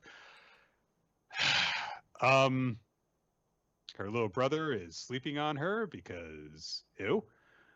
I'm sure that he's not being weird or anything. She says this to Code and says that, hey, Kawaki's on the move. So Kawaki's like, all right, I'll go and find out what's going on. She also is like, he should know how to, make his chakra signature go away. But maybe he did it instinctively, like how a foal gets up on its own right after being born. Okay, who cares? He heard the idea and he did it. I don't need you to be talking about it like this. Code goes through one of his claw slashes, which is not the one that Sasuke abandoned, importantly. And then he also uses his straps to communicate with Ada by making his lips and then ear go outside of it so he can talk to her and then listen to her, which is gross, but actually inventive. So I will not complain about it. Kawaki is on the move. Boruto goes and complains to the shadow clone Kawaki. Kawaki senses that Boruto has complained to the shadow clone Kawaki somehow. I didn't think that was how shadow clones worked, but apparently it is. Anyway, that's the chapter. Hooray! To be continued! At least Code left the bar. He is physically no longer in that fucking bar anymore, and the story presumably will move forward. Now, next chapter, he could just be like, I'm tired, and go back through his fucking straps, and he's back there, and he's just Bugs like, no! Oh do you have my God. another shitty sibling you could introduce me to with more complex powers? And the You should- The MVP for this week, though, Sensory Ninja guy. Like, he was on top of shit. I love the fucking Kawaki's grift is, oh, I'm going to take out these magazines. Take too long to walk around the house to get back inside. I'll jump over the top. I guess I accidentally jumped into this tree, but I won't say anything. I'll just leave the tree and go inside. And the guy was just like, nothing weird. Nothing weird here. He doesn't get paid enough for this. He's just like, I don't care. What's a shadow clone? I don't know anything. I'm just a trained ninja. Yeah. I certainly wouldn't have been informed that this house might have people who are petitioners of the shadow clone jutsu. So seeing a person and sensing the chakra wouldn't really be enough to identify that, make sure that person is right there. See, what's really the problem here is that we only get so much Boruto. Mm-hmm. If we had a chapter half this length that had characters talk much more than this while accomplishing even less, then it would be bizarrely charming. But instead, this is just dumb. Let's talk about Kaiju number 8, Nick. It's Kaiju number 8, chapter 41. Kaiju number 8 still doesn't have chapter titles. So, stuff is happening. There is an earthquake going on. And it turns out there is a massive ass sinkhole in Tokyo's Shinagawa Ward that ants are coming out of. Ant Kaiju. Yay! Everything's fine. Yeah! Hikaru finishes up her afternoon training, goes to talk to Captain Narumi because she's like, you promised to give me personal training. He Dogezas in front of her and is like, I need some money because I ordered too much otaku shit. If you give me money for otaku shit, then I will think about training you. And Kikuru's like, I hate you. His vice captain comes in and says it's time to sortie because there is an ant kaiju epidemic problem. So everyone suits up and goes outside. Narumi has a cool coat now. The first division moves out to go and deal with the ant kaiju problem. The ants are very big. People are evacuating, trying to get to shelters, but there is a little girl who has hurt her leg. She's hiding behind a car with her big brother, who looks bizarrely like Kafka, like seriously. And so he's like, don't worry about it. Captain Narumi will come and wipe out these kaiju. Definitely. An ant comes around the corner and looks specifically at them and is coming to eat them. And he's like, Narumi will save us. Narumi will save us. Narumi will save us. Oh man, it's going to come towards us with its creepily human mouth. Oh, but Narumi came and saved them. And he stabs it from above with his giant box cutter knife thing. Kills the thing. The kid's like, yay, Captain Narumi, yay! And Narumi says, hey, when you get back home alive, use your mom's phone to post, Captain Narumi is so cool 10 times to social media, which is possibly the most endearing thing that he has ever actually done, where he's just like, hey, kid, my ego is fragile, so post about how cool I am for saving your 10 life. times specifically. At least that much for my ego. Yeah. He issues out orders to his unit who are dispersing throughout the area, and then says specifically to Kikoru and Kafka, whom he is still calling Kaiju number 8, eliminate any Kaiju in the neutralization zones. I expect results. Dun, dun, dun. Yeah. Pretty quick chapter, but moving into the next Kaiju hunt nice and quickly. So, good. Good thing. Okay. We have a Spy Family chapter to talk about now. Mm-hmm. Mission 51. Yor is still trying to escort Olka and her son and friend to safety. There's just that guy. He's just there. He's in love with her, but she doesn't know. Whatever. Anyway, trying to escort them. They randomly come across the two guys that were part of their group for the work retreat cover story, and they're just like, hey, we want to hit this casino and not do nothing. We're going to be very irresponsible while we're on this work trip now that we have no further duties.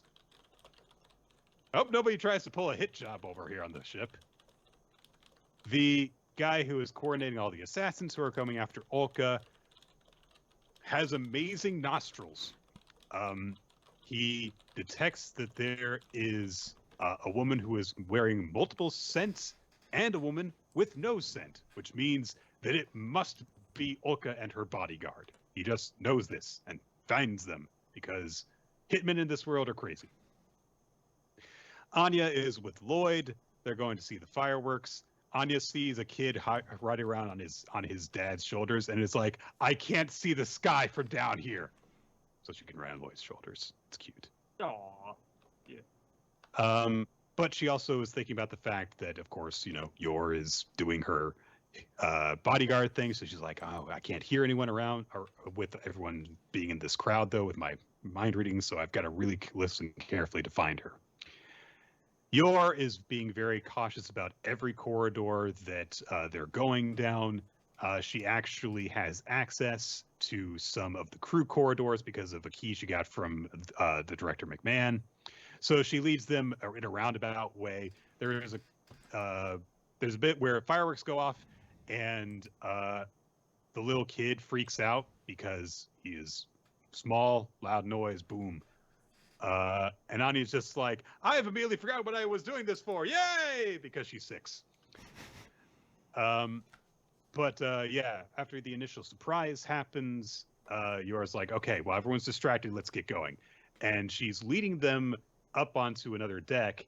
And so there's a ladder they have to get up. And she's like, okay, and she just picks up Olka while she's holding her kid and just jumps it in one vault because it makes it easy. Really shows up the guy with them, too. He's like, oh, okay. However, as they're going across the deck and fireworks are going off, a sniper aims his rifle down at them. And at the exact moment that a big firework goes off, he presumably fires his gun, but Yor still dodges it. She gets Olka out of the way, and it only grazes her shoulder. And she immediately returns fire. She throws one of her giant hairpin things, but he avoids that.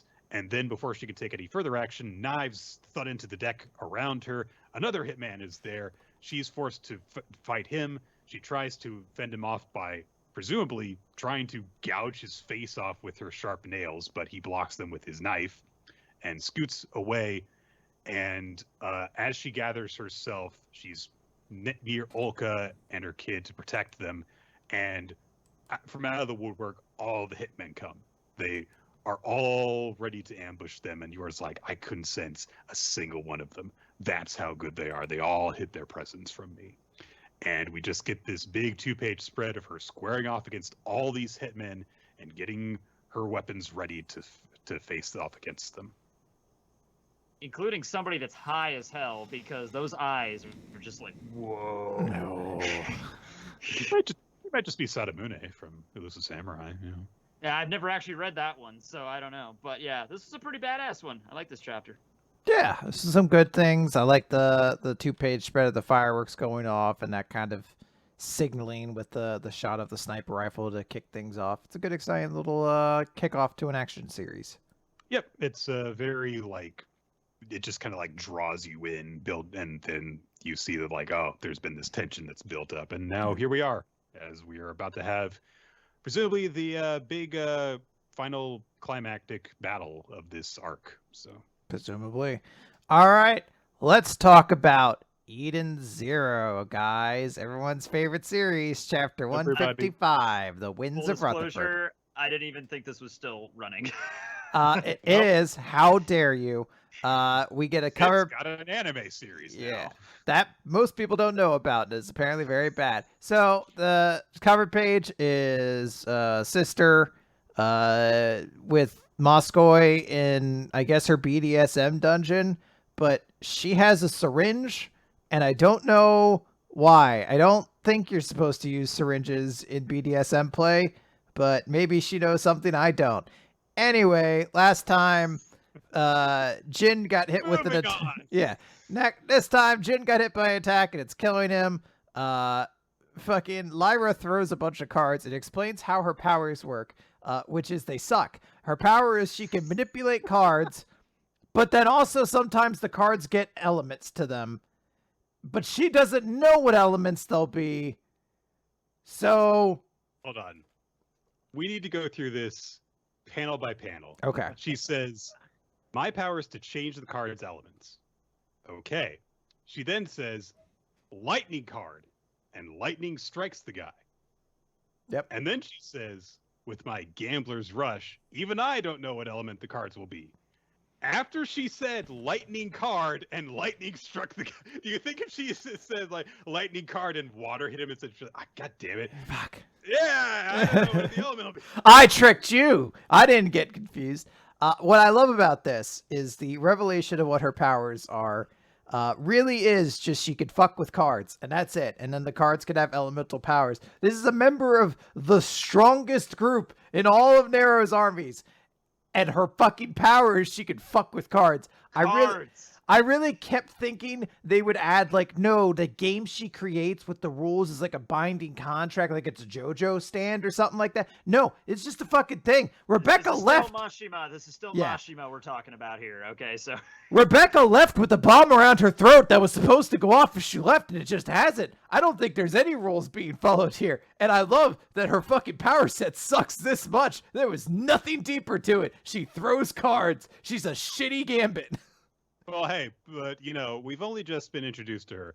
Maybe we'll get to see her exercise more powers before this fight is done. Yeah, she's going to be a long-standing character, no doubt. Jin is falling apart. And you say that. We've seen weirder characters stick around and being introduced in this series. And we get a flashback with Laguna explaining how Empire Ether is actually not actually that special. A lot of people in the Aoi Cosmos can use it, including him. So it's this very weird thing where it's like, it's very scary. And then like immediately cuts to Laguna. He's like, actually, a lot of people have it. In fact, I have it. Let me explain exactly how to beat it. So essentially, it's ethers that fuck with people and change them, sort of like how he turned people into water if they cried. But there's actually a way to counter that. You have to know yourself. So we get a long flashback of Jin thinking about who he was. And it's such a fucking my special character backstory that I know we know all these parts, but seeing it in order, it's like, I was a rich kid, bored of wealth, and then I was kidnapped and tortured, and then I went to robot ninja school. And then I became my parents. And then I became a bounty hunter, and now I'm with all my friends in space. And then I trained with psychic assassins. Space! And then I learned ki by studying martial arts in a monastery. Oh my god. And thus, by knowing himself, he undoes the big attack, normalizes ether attacks. They get another flashback to show him and Callum made a promise that one day he'd beat him. And it's a weird amount of flashback to give for a character who's going to be very forgettable. I guess Callum could show back up again at some point. But Jin activates his overdrive, and I guess for shits and giggles, Clean is also going to do it. There's no emotional like moment for her. Just someone says, do it, and she does. You don't need it to beat Lyra. Lyra sucks, but she does activate overdrive to defeat her. And they do their big attacks, but Jin rather has a big speech. He's like, Clean and I have made up our minds to protect our home. The winds of Rutherford will carry our ship forward, which almost is a cool line until you remember said ship is a spaceship where there is no wind. So there is physically no way wind can push this ship forward. Space wind. And then they show off their cool new poses, and that's pretty much it. We then cut over. Man, remember when harpies were relevant to the metagame? Yeah. They've really come a long way since then. Just not the same, you know. I mean, I was a thing for Six Samurai personally, but, you know. And I like... Come on, name a Yu-Gi-Oh archetype. Any archetype. Come on, you have to know one. Star Boy? Does he have like his own tribe yet? Actually, no. Okay. He got retrained, but no. Yeah, he's a Link now. He's Fuck yeah. Star. Wait, what's it called? Like he's like Gentleman or something. I forget. Hell yeah. I'm proud of that boy. Anyways, the chapter ends with Shiki, Rebecca, and fucking Moskoy running in to rescue Witch, and then the secretary person whose name I've forgotten and I don't care just looks at the fact that Lyra and Callum got beaten and she says, "Oh, Oceans, you're just as useless as the rest of them," which is how we've all felt about these characters as we've been introduced to them. And I'm glad the manga has reiterated it for us. I guess Lyra's actual contribution to the Oceans was the ratings she brought with her striptease shows. So. I really guess. It really is such... It makes more sense that Poseidon does everything he does based off of fucking die roll, and that's how she got her position on Oceans. Is he just rolled? He's like, she's perfect, and like later on in the back room, he's like, what is her power? She could fuck with cards. Like how? Like, I don't know, she could change the numbers on them and shit, and sometimes they explode with fire, but you won't know. Sometimes she could do bad elements, and you're like, well, that doesn't sound very good at all. I don't think I should have had her on the team. But the dice. D&D rules. You just roll the dice and see what happens. The story. This is what the story the dice are telling. I don't know what you want me to do. Yep. Dice want some titties. That being said, though, Lyra is not confirmed dead, and she is an attractive character in a hero series. So do not be surprised if she shows up again, or even, indeed, if she joins the crew of the Eden Zero at the end of this arc. I don't want to call you out on that because that is 100% possible, and I do not want to bring that evil into the world, Bickly Bobby. You had your doubts about that guy who was definitely in love with Homura, and you were like, no, I'll bet you on this one. And that was like, no, you were definitely right. I was like, it's a very realistic thing. All right. Okay, let's go over to Shonen Jump again. Hunter's Guild. Red Hood, Chapter 6, beginning of Part 2, The Outside World.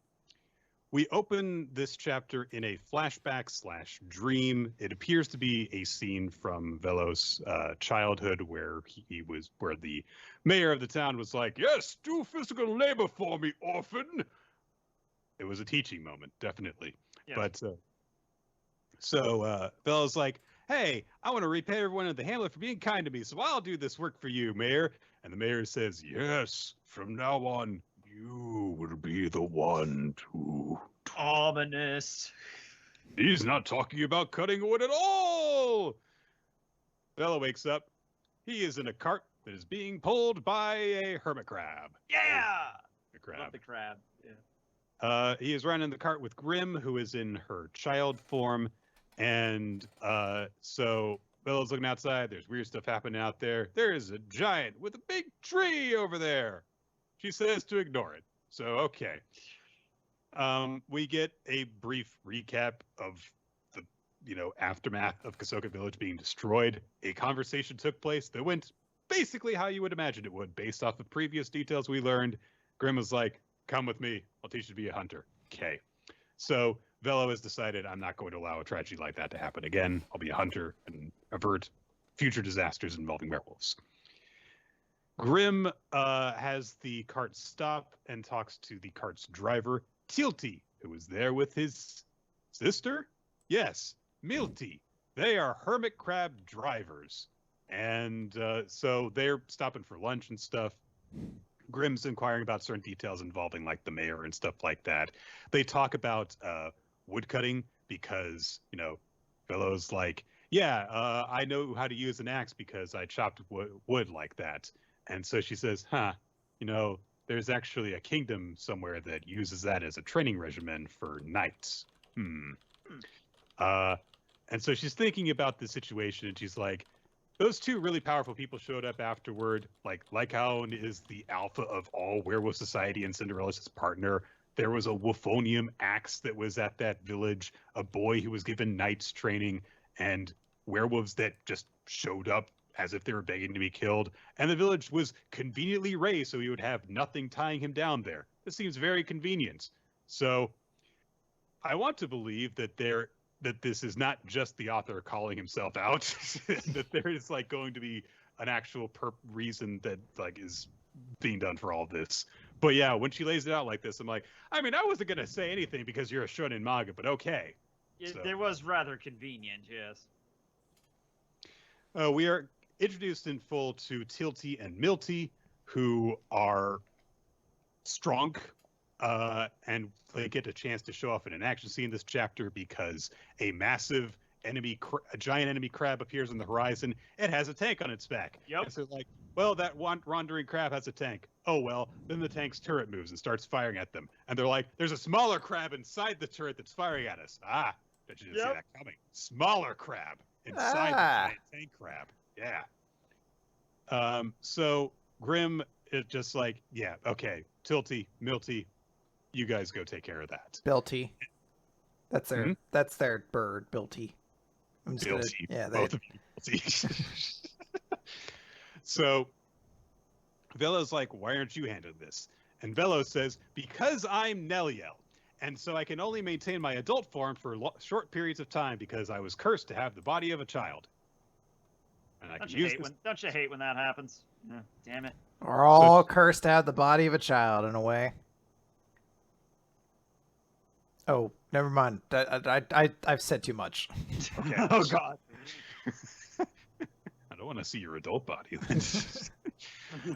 She explains she has a tool, one of the very, very many hunter's tools, lets her transform into an adult, but it only works for 3 hours a day, and then she gets tired afterward. So she's not going to use it unless she absolutely needs to. She's going to let these two other guys who are capable of handling the situation take care of it. Milty takes out a gun and fires a bullet through the little peeping slot in the tank, and it ricochets around the inside of the tank, causing the hermit crab to go, oh shit, and run out of the hatch. And then her brother takes this weirdly jagged sword and cuts it up a bunch. And they take care of it really quickly. So they get ready to leave, and they just head off on their way again after taking care of this crab. And so Vela's like, wow, you guys are great. When I become a hunter, I want to be as strong as you two. And Tildy says, we're not hunters. We flunked out because we couldn't pass training camp, which will be incredibly difficult, and it lasts 3 months. So the only stuff that we do is we do odd jobs for the guild. That's the most that we can do. Very few people pass training camp, and we couldn't. We flunked out. And Vela's like, wow, these guys are really strong, and they flunked out of training camp. What the hell is in store for me? And then they see the guild's mobile research facility on the horizon. It is basically a giant fortress on a smaller fortress that moves. And the last thing we see before we end the chapter is a person wearing what appears to be a sports bra and glistening with muscles saying, how many will survive this round? And that's the end of the chapter. Okay. So I like that Red Hood has kind of realized where its strength is, and it's not leading with it, it's ending with it, where it's like, how about a gigantic chest and powerful women? That'll get people in. I will say, though, this is the best chapter of Red Hood we've gotten yet, because it introduced interesting things about the world. It wasn't just like, there's werewolves and witches. Like, yeah, a lot of things happen. Like, no, there's fucking hermit crab tanks and, like, characters doing things. The giant mechanical crab, which is a running gag. I've always wanted one of those to show up in some manga, and it happened here, and everyone was tweeting it at me. Like, it happened in Red Hood, and I'm like, all right, I guess I'm reading Red Hood from now on. I love me a giant mechanical crab. I mean, who doesn't? I also love that it's a giant mechanical crab that has a smaller crab inside of it. I love it. That is this tank crab a Gundam now? Yeah. So I actually agree with your assessment, Chris. This is probably the best chapter of Red Hood, just because, like, all right, went through it, done. We get lore, we get, like, and it's like, here's how, like, it's really hard to become a hunter, period. And so, it's a cool, yeah, it's built up for this inevitable test. We got to see two characters who seem super strong, but wow, they flunked out of the test. That means the test is going to be real hard. And I guess we finally get the explanation for why Grimm had, like, a child form. It seems weird that info wouldn't have been shared earlier, but, yeah, I guess that was essentially like a 4-chapter prologue, and now is the more appropriate time to start dropping that info. Because I read, like, before this, I went back and reread all 6, but I read, like, the first one, and I'm like, oh, this looks pretty cool. And now I'm reading the 6th one, and I'm like, oh, this is the first time they're actually explaining that. That's strange, but okay. Yeah. There's been a lot of talk about werewolves before this, so yeah. Yep. Let's talk about Magu-chan, Chapter 54, an oceanside tea house rising from the burning sand. It's the long-awaited beach episode of Beach Magu-chan. chapter. So we see that Nobutaku is at the beach along with Ren's family because they've taken over a beach hut after the previous owner retired. So they're looking after this. Nobutaku is upset because this is going to involve hard work that does not involve cooking. He knows what's up. Ren's sister, Rien, is like, Napu, don't whine. The experience you gain will help you grow. And Ren's like, Rien, why are you just sitting on that beach chair? And she's like, Oh yeah, I finished prepping, so I'm on a break. But then she says something that I found much more amusing, which is, I am testing the durability of this lounge chair. Much better excuse. So they're upset about this. Ruru shows up, and she's got Magu with her with the cute sun hat on, and Magu says, "Prostrate yourself, for I have arrived," because he knows how to make an entrance. Ruru is all nice and helping, and she's like, "Oh, you guys must be, really having a hard time out here in the heat." And Ren's like, "Can I get you something to eat, please?" And stuff. Naputaku is like, "Why are you here, Magmanuik?" And Magu's, "Are you just gonna chill?" "Nay, I have come to observe the shore that serves as a seaside getaway for lowly humans to loiter." And she says that he's going to use his I-beam to part the sea like Moses. And then Naputaku's like, "Yeah, but you already did that before." Yeah. It's old hat, the Putaku. There's only so many times you can use your godly I-beam powers to avert natural occurrences. Like, It's just old. You have to come with a new trick now. Come on, Magu.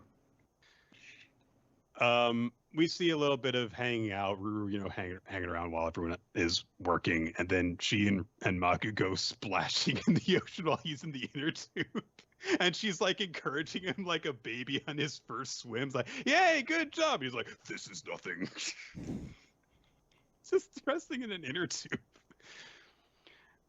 Ren, of course, is envious of this, and he's like, "Oh, I'm gonna go hang out at the beach and chase Ruru around in my bizarrely constructed 12-year-old fantasies about what romance is like." 13-year-old, however old they're supposed to be now. Naputaku is also like, "I can't just sit here slaving away while Mag gets to go splash around the ocean. I can't do this." And then they hand him his yakisoba, and he immediately starts eating it. He's like, "Hey, yakisoba." So he is a simple man. Simple starfish, sorry. Chaos God. But simple chaos god. So things go on like that until the weekend comes. And of course, it's a big rush at the beach. Ren and his family are very, very busy. Naputaku is feeling overwhelmed. Magu and Ruru are observing how swamped they are. Naputaku is on the verge of collapse. And as things are going, Ren and Rin's mother also collapses and it starts to get heat stroke. Magu is very sweet. He starts fanning her with his hat. It's one of the nicest things that Magu has done, I think. But of course she's like, "I've got to get back on my feet. There are customers who are waiting." But Rin just says, "Look, I know that this is the busiest time of the year, Mom, but that's why you have to rest. I'll take care of things in your place." And but her mother says, "I mean, hey, you must be exhausted from working here and at the restaurant every day." And Ren's like, "What are you talking about? She was just sitting in that beach chair the whole time." But Rin says, "Hey, my forte is not getting tired. I'll just apply myself in moderation. It's my dream to take over the restaurant. Leave it to me as the proxy head chef." And then she turns to Naputaku and says, "Can I trust you with the cooking, to help me with the cooking? Concentrate on what I taught you yesterday. Can you do it?" And Naputaku is ready to go. He's got his utensils. "Yes, I can cook! Yay!" The one thing! That's my thing! He's so happy. Yeah. So happy for the dude.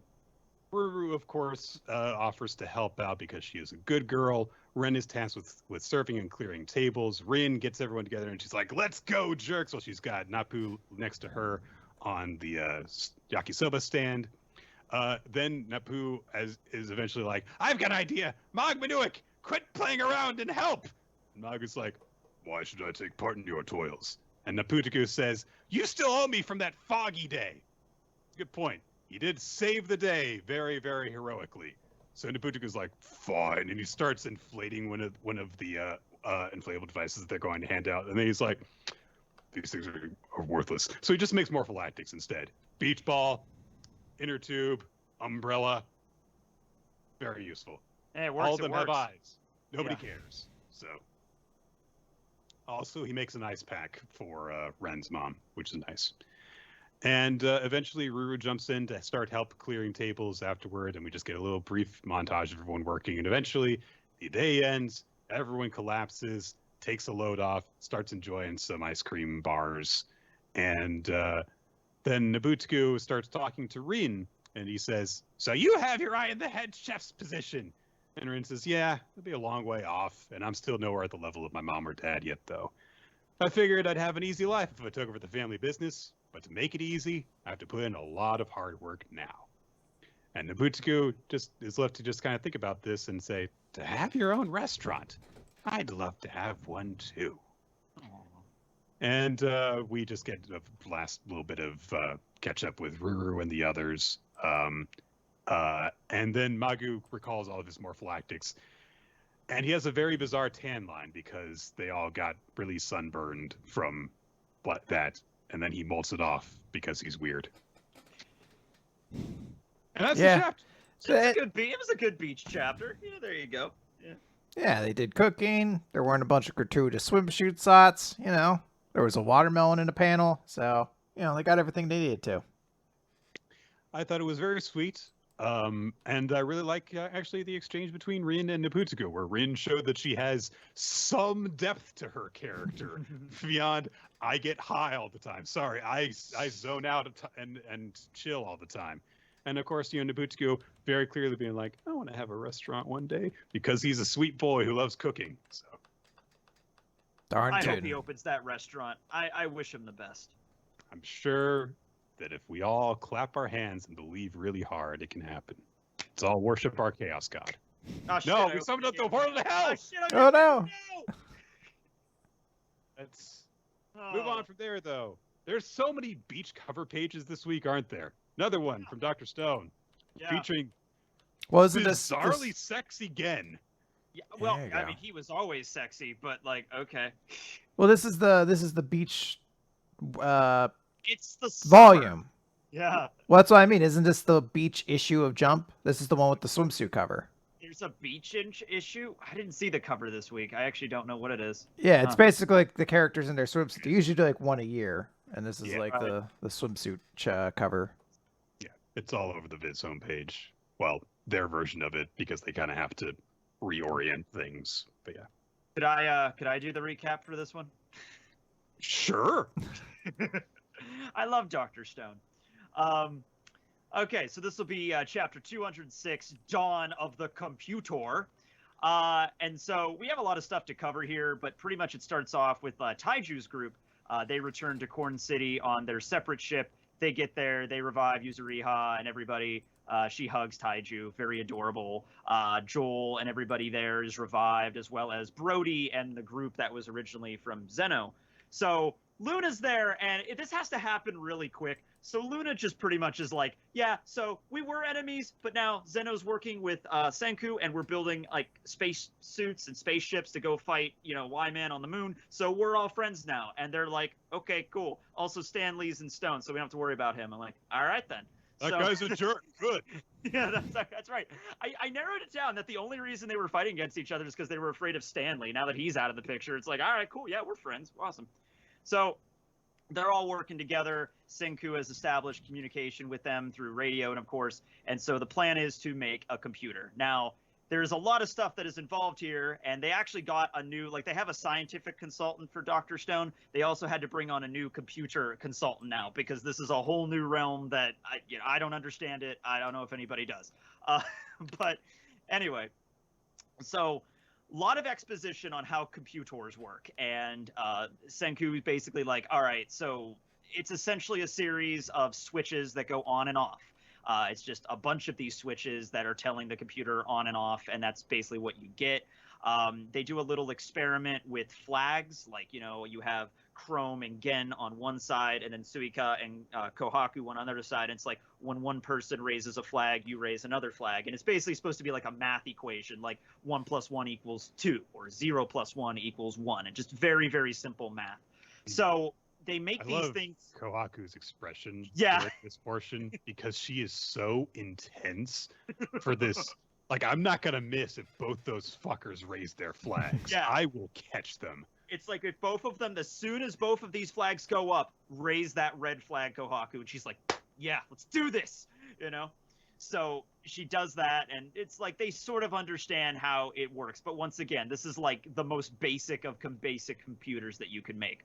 So Senku fashions these things called parametrons. I've never heard of these. Basically, it's just like a zinc donut, metal donut with coil wrapped around it. And he's like, these are basically zinc going to... donut. Oh.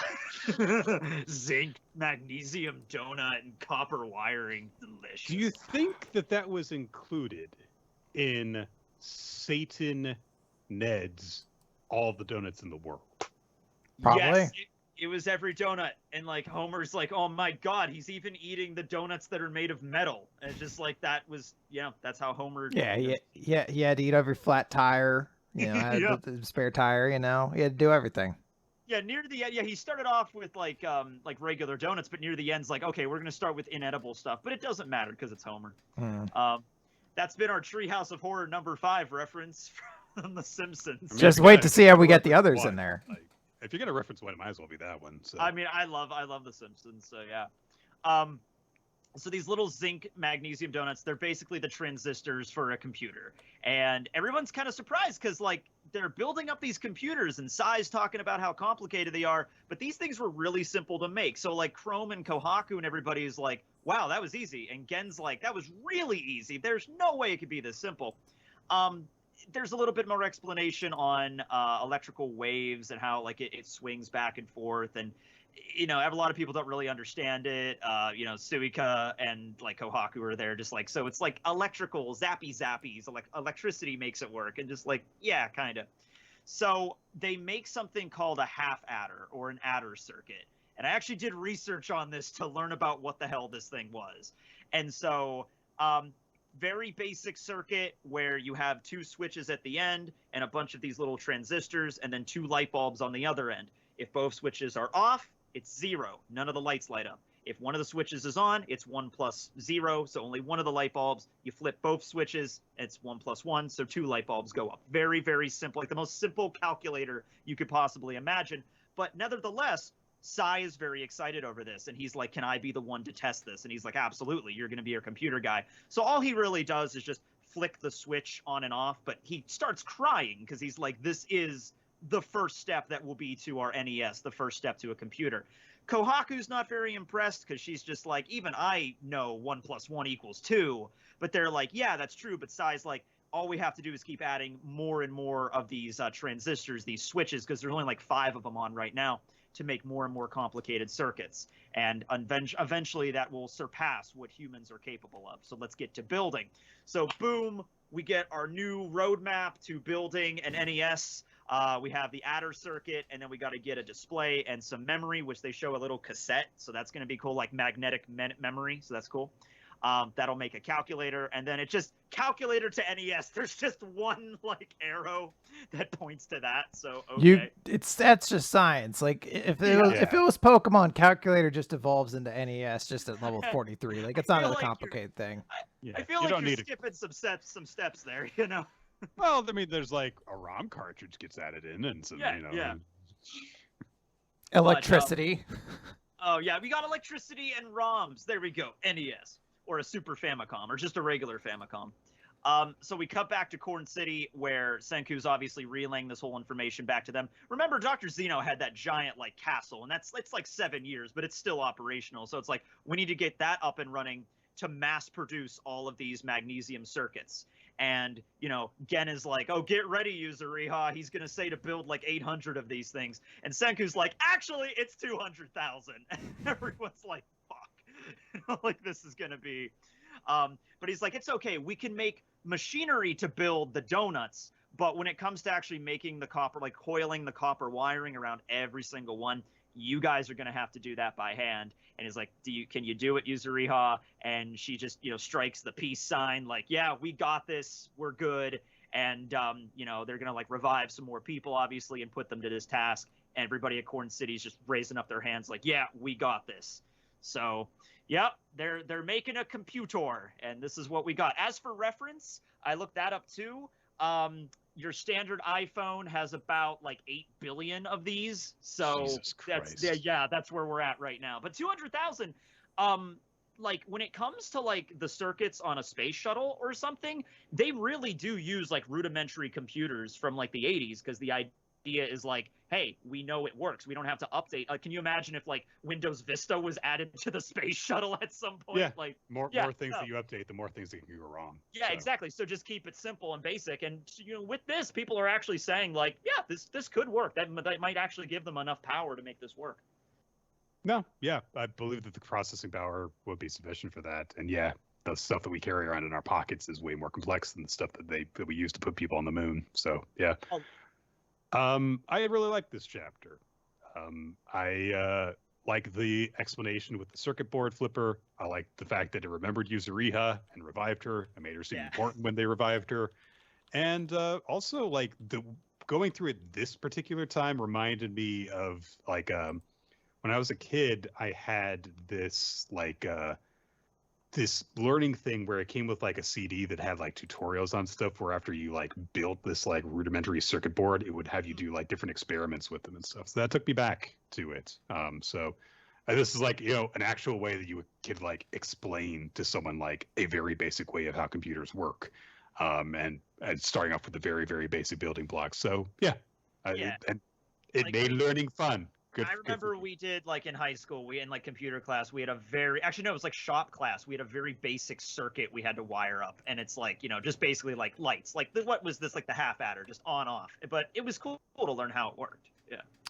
I'm a dumb baby. I don't understand how any of this works. I just go along with it. I think a lot of this is going to get confusing for a lot of people in the future. Yeah. All right, let's talk real quick about Mashle, Magic and Muscles. Chapter 73, Mash Burn Dead in the Summer of Fun. So we open with somebody running away and then being caught by a bunch of sand. And hey, Gehenna's there in order. And this was the person who was controlling the giant, it turns out. So they basically forced him down. And Order's pretty excited. He's like, hey, it seems like you've sided with Mash Burn Dead too. And to think you'd be swayed by such a little show of force. I'm disappointed. I don't accept him. And Gehenna says, look, I never said I did either. Not, fully. But his strength, I mean, you can't really deny it. Even you're going to have to give it to him at some point. He did fucking, like, throw a giant monster and beat it in a tug-of-war match. Like, come on. You got to give him something at some point. Yeah. We cut over. Several days have passed since the incident. There's been big news. Obviously, the news had to cut away that Mash was the one who kind of stopped the big monster and instead said it was the Divine Visionaries who did it. But everyone, at the school kind of sort of has an idea about it. Following this event, the Bureau of Magic focused they're focused on strengthening their security and stopping any information from leaking the outside. And Mash, the only one to know the truth, the one at the center of this incident, was now burdened with this heady knowledge. Went to the beach. And he just runs over to the beach. They're just going to hang out and have summer fun. There's do after the apocalypse. Go to the beach. Yeah. Dot notes like, oh man, hitting the beach in summer is a must. And Mash says, I've never been there before. And every one of the other guys notes that they haven't been there they've been there but not with friends. And Lemon just watches it and is like, all right, so they're losers. All of my friends are losers, basically. Dot's like, you gotta smash melons when you're on the beach. And I do like that Mash is just like, 'tis the season. So Dot pulls up your slaughter melon, and Mash is like, so I have to smash, and it just immediately attaches itself to his face like an alien. It just starts trying to drain his blood. So immediately Finn's like, that's horrifying. Why would you bring it here? And Dot has a blank-eyed stare and says, because life is a constant struggle against death. I'm so happy though they didn't go watermelons with tentacles. I'm glad they didn't go another direction with that, Yeah. It's just the weird joke that everyone in MASH is slowly becoming insane. So I also like that the crushed watermelon afterwards thanks them for crushing it to death. Thank you for releasing me from my pain. They basically have some summer fun. The headmaster is there hanging out in a swimsuit, and everyone's like, I thought you were injured. He's like, no, I'm fine. Just drinking my coconut drink, and blood shoots out of his mouth. They're like, no, you are injured. Go away. He's like, summer's only once a year. And it's like, how can you argue with that? But he just says, As you know, Mash Burndead will never know peace unless you are able to defeat Innocent Zero. He possesses not only the most powerful magics of personal magics, time, but now he has my space magic as well, and he is using forbidden magic to increase his power. Calling Innocent Zero the most powerful magic user in recorded history is no exaggeration. He has And- opened the forbidden door. Yes. Oh. And he's guarded by Mash's siblings, each of them a top-tier magic user in their own right. Each one is equal in strength to myself, or greater. A very interesting detail to pull up. So they're a bunch more stronger. So if you pull it like that, our chances of victory are nearly zero. But we have an unstable element capable of toppling what is normal. That element is Mash.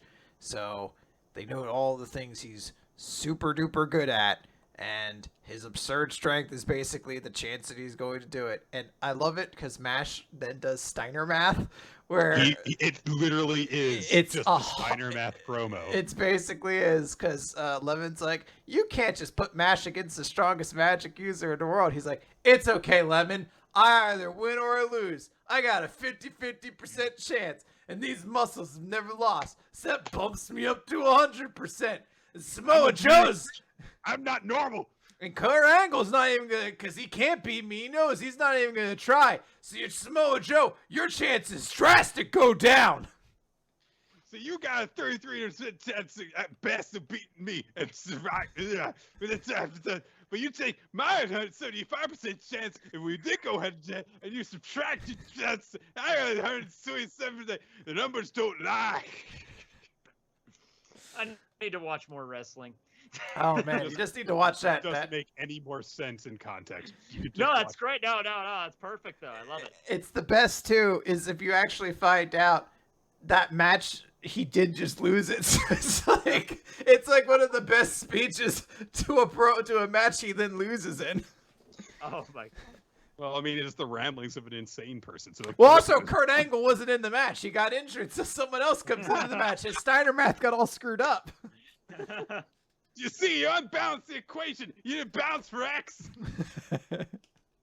That spells disaster for you. That's sacrifice. Anyway, Wahlberg's just like, I'm counting on you, Mash. I don't want to leave this to you, but I'm going to do it. And Mash is like, don't worry. I'm going to beat up all the bad guys and bring peace to the world. And also, I'm going to graduate together with everyone. And then everyone gets really distraught. And then Lance is like, Mash, end of semester is coming soon. You're only one failing grade away from expulsion. And he just goes, oh. Oh. I love exactly how- what he says it because you're like, I love how it's like the headmaster's right there. Mash clearly saved the school, but it's like, yeah, but you have an English test next week, and if you fail it, you're just out, dude. Sorry, don't know what to tell you. Hands are tied. I think that the only class we've actually seen Mash like doing well in has been PE. So Of course, yeah. He'll be okay. He'll be fine. I'm He's sure, got but it is a thing we'll need to see addressed, I think, next chapter. Oh yeah, yeah. All right. With that fun episode out of the way, let's move on to The Elusive Samurai, Chapter 27, Wanting to Die, 1334.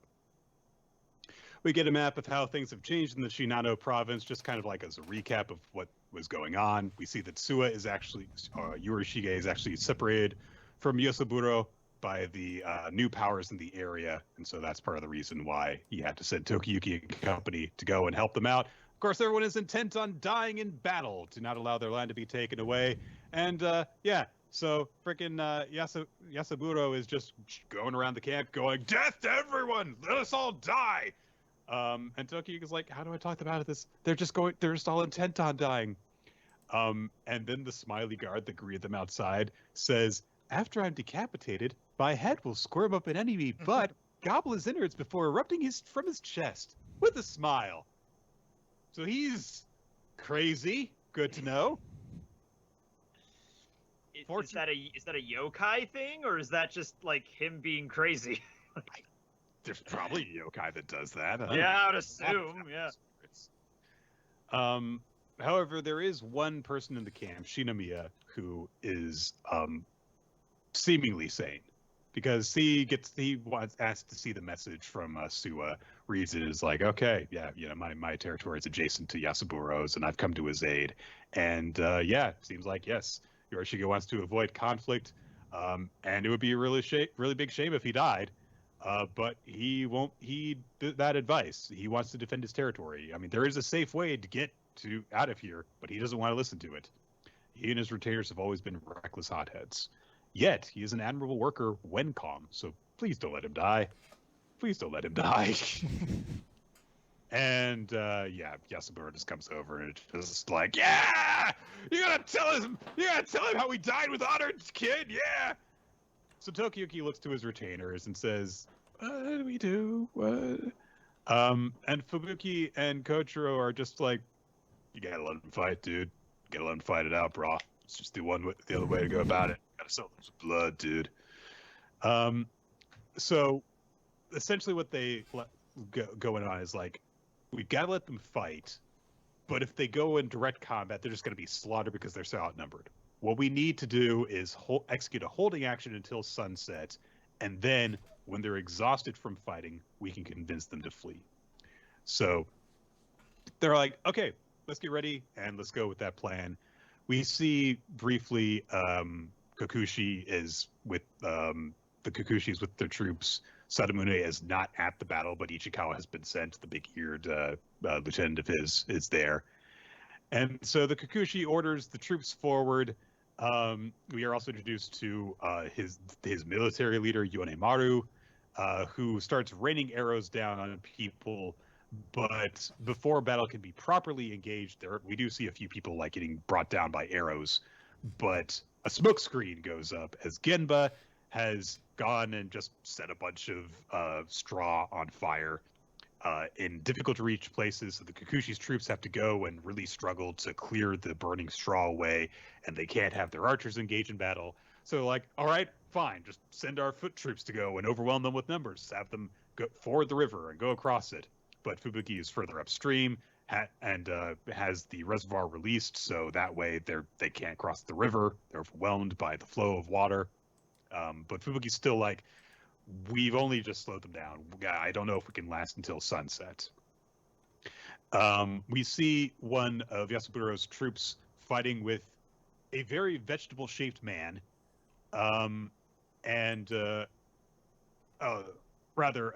Yasuburo's troop is the vegetable-shaped man. The bearded guy is his opponent. And Kojiro comes running by and cuts him down very, very easily in order to turn that fight. And he's riding around shouting out, who wants to die next? And Yasuburo says, the messenger's companion fights fiercely. And Tokiyuki is very optimistic for a second. He's like, all right, good. Yeah, good job. Good job, Kojiro. If you fight well, then they'll reevaluate us, and then they might listen to our advice. But Yasuburo's just like, yeah, you're all gonna die with us. Good job, kid. And they're just like, yeah, let's go die. We can't let that kid show us up. I'm gonna die. So cool. And Yasuburo is bigging up all of his men as they engage in this bloody slaughter, saying, isn't it beautiful? Behold the faces of warriors rejoicing in death. But Tokiyuki grabs him by the shoulder, and he says, Kojiro is risking his life for you. You need to stop the fight. I have no interest in the manner of your death. And he looks incredibly serious. As we get the end of our chapter, Yasuburo looks upset. So there you go. Never read this, but literally the first chapter of this I've ever read. But looks cool, you know. It's generally the attitude I have towards the series. It seems good. Let's see what happens. It's all right. I love that little smiley face talking about chomping his way through that dude's intestines and bursting out through the butt. That's my favorite part, yeah. All right, let's talk really quick about Black Clover, page 302, Convergence of Hope. So Asta is tagged into well to finish things off. She's got to get close, but they summoned a bunch of demons. We get a shot showing that Rill and Charlotte are going to activate their attacks, but there's still some coming in. But boom, Luck shows up and kicks his way through some of them. So boom, we even get Rill saying, wow, inspiration just keeps welling up inside of me.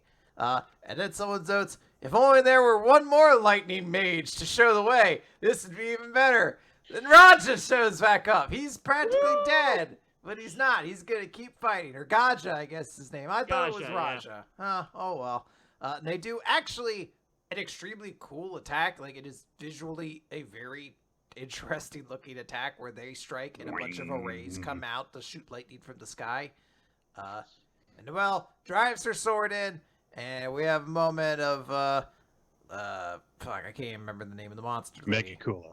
Megicula is just like, yes, even if I'm incomplete, I'm starting to be impressed, but as I thought, this is as far as you go. And in that shot, we realize, wow, Noelle really does not wear anything underneath that dress. That is very disturbing to me. She needs pants really badly. Oh God, I just saw that. Jesus. Okay, wow. But she's about to be struck by a bunch of tendrils. She's gonna die, but who should show up but Nozel? And he shields Noelle in a cage of mercury. And he says, how dare you show yourself in front of my family again? You have no idea how long I've waited for this moment. I think that is all the characters who will show up into this fight. We've had... You have everybody here that needs to be here at this point. You know what I mean? It started with Charlotte and Rill and Gaja, I think. Then Noelle showed up. Then Asta showed up. Then Luck showed up. Now Nozel showed up. So I think we're at 7 people for this. Well, keep in mind that it wasn't originally Megicula. It was Vanica. Yes. So she also showed up. Yes. Technically. Yeah. And all of her hundreds of puppet things showed up. Minions, yeah.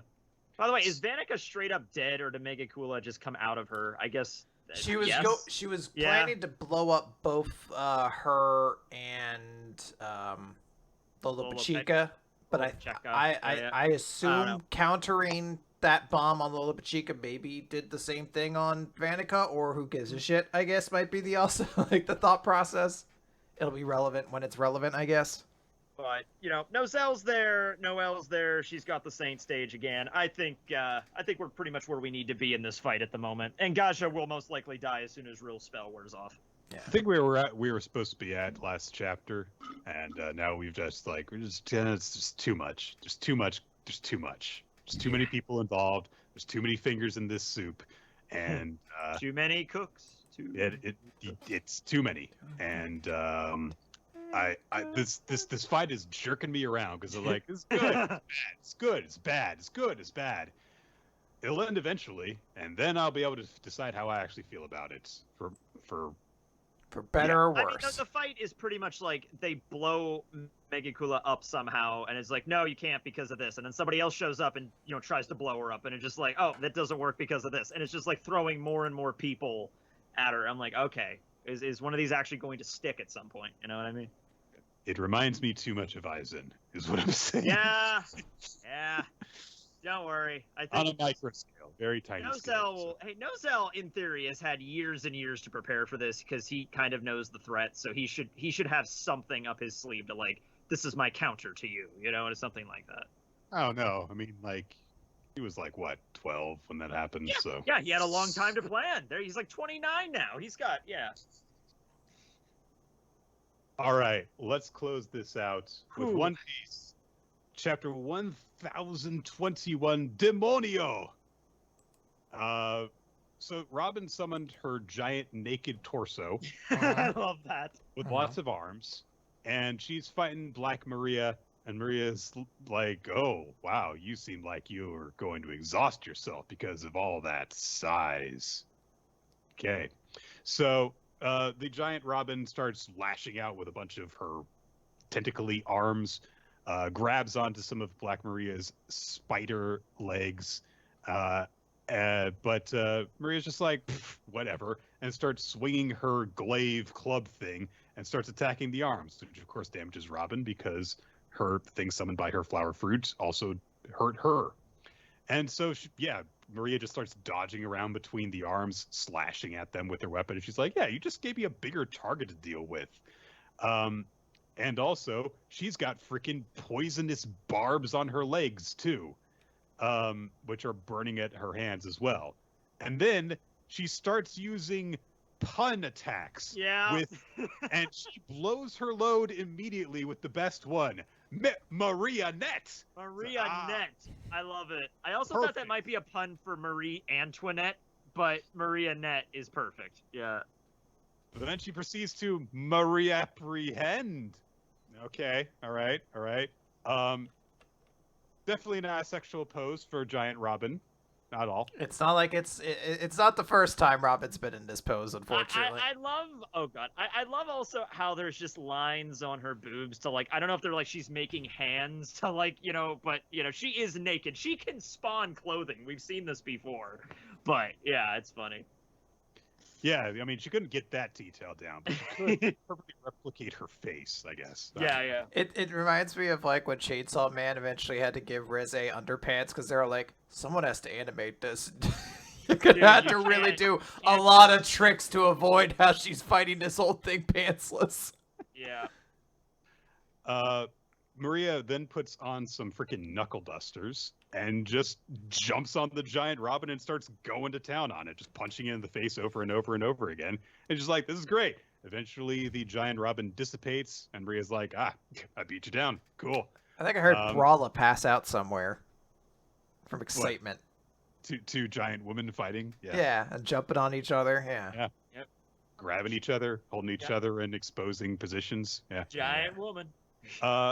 Hey, they'll be wrestling soon. So, but Robin just kind of redisperses her ability to just summon a bunch of hands around Maria, but she says, Barricade!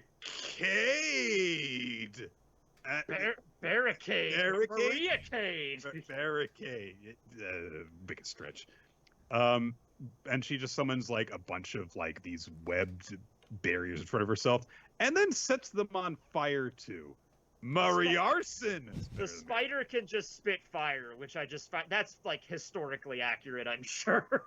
Yeah.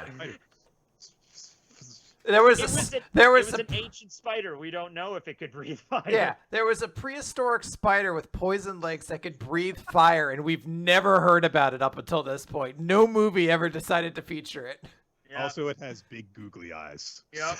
Well, that actually is accurate. Sort of like how at first we thought raptors were like these sleek things, and then later on they're like, no, they're actually more feathered like birds. It's one of those things like we thought it was a cool spider at first, and then later on we realized it has giant curved teeth and googly eyes. How Rosa Magalia Gravagelli had not like become the dominant life form on Earth, I do not know. It's like it's so powerful. It was too ahead of its time, you know? Yeah. So now everything is on fire.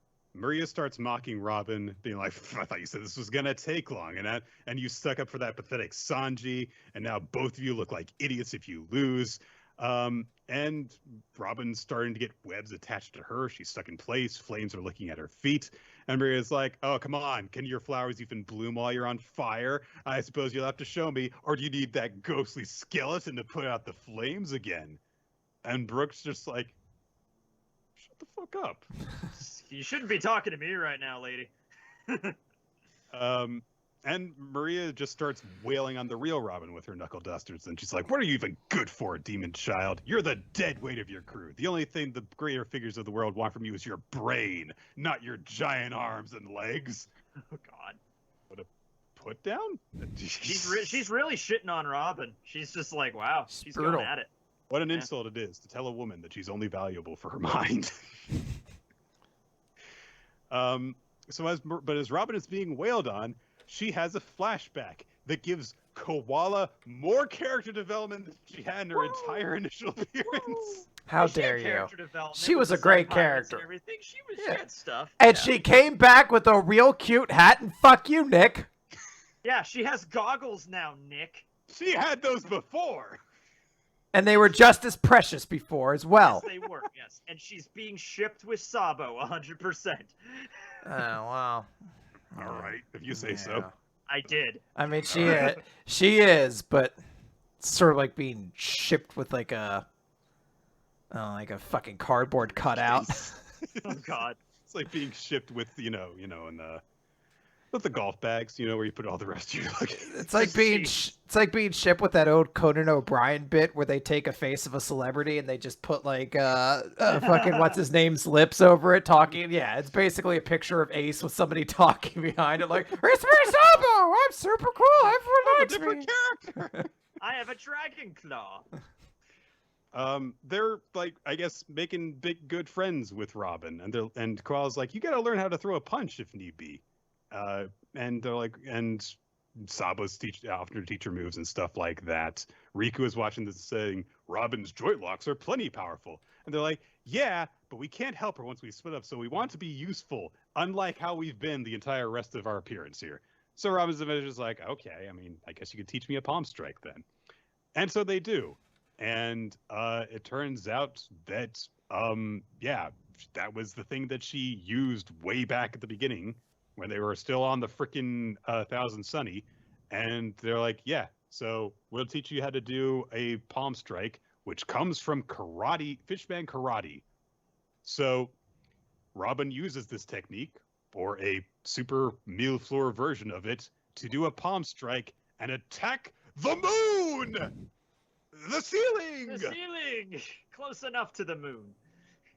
Which collapses down onto the flames, and wood douses fire, don't you know? So that happens, and then Robin turns into a gargoyle. There's like no transition either. It's just the rubble hits, and then boom, she's a demon all of a sudden. It is the giant version of herself, so I guess she could just make it take any form she wants. Yeah, that's the idea. And Maria's like, what the fuck? And Robin just says, I can be a demon if I have to. Holy shit, I could do this the whole time. She says, I will do it for the people who need me, for the people who are counting on me. And Maria's like, why do you look like that? But she just grabs Maria and says, what was that you said about not needing arms and legs? And then she puts her in the Grand Jacuzzi Clutch. Which is jacuzzi's in the title. That's amazing. Yeah. Which is an octopus stretch. So yeah. And Maria is down for the count because the octopus stretch is a knockout move, as we all know. She breaks her damn neck. Like, it's like pretty brutal.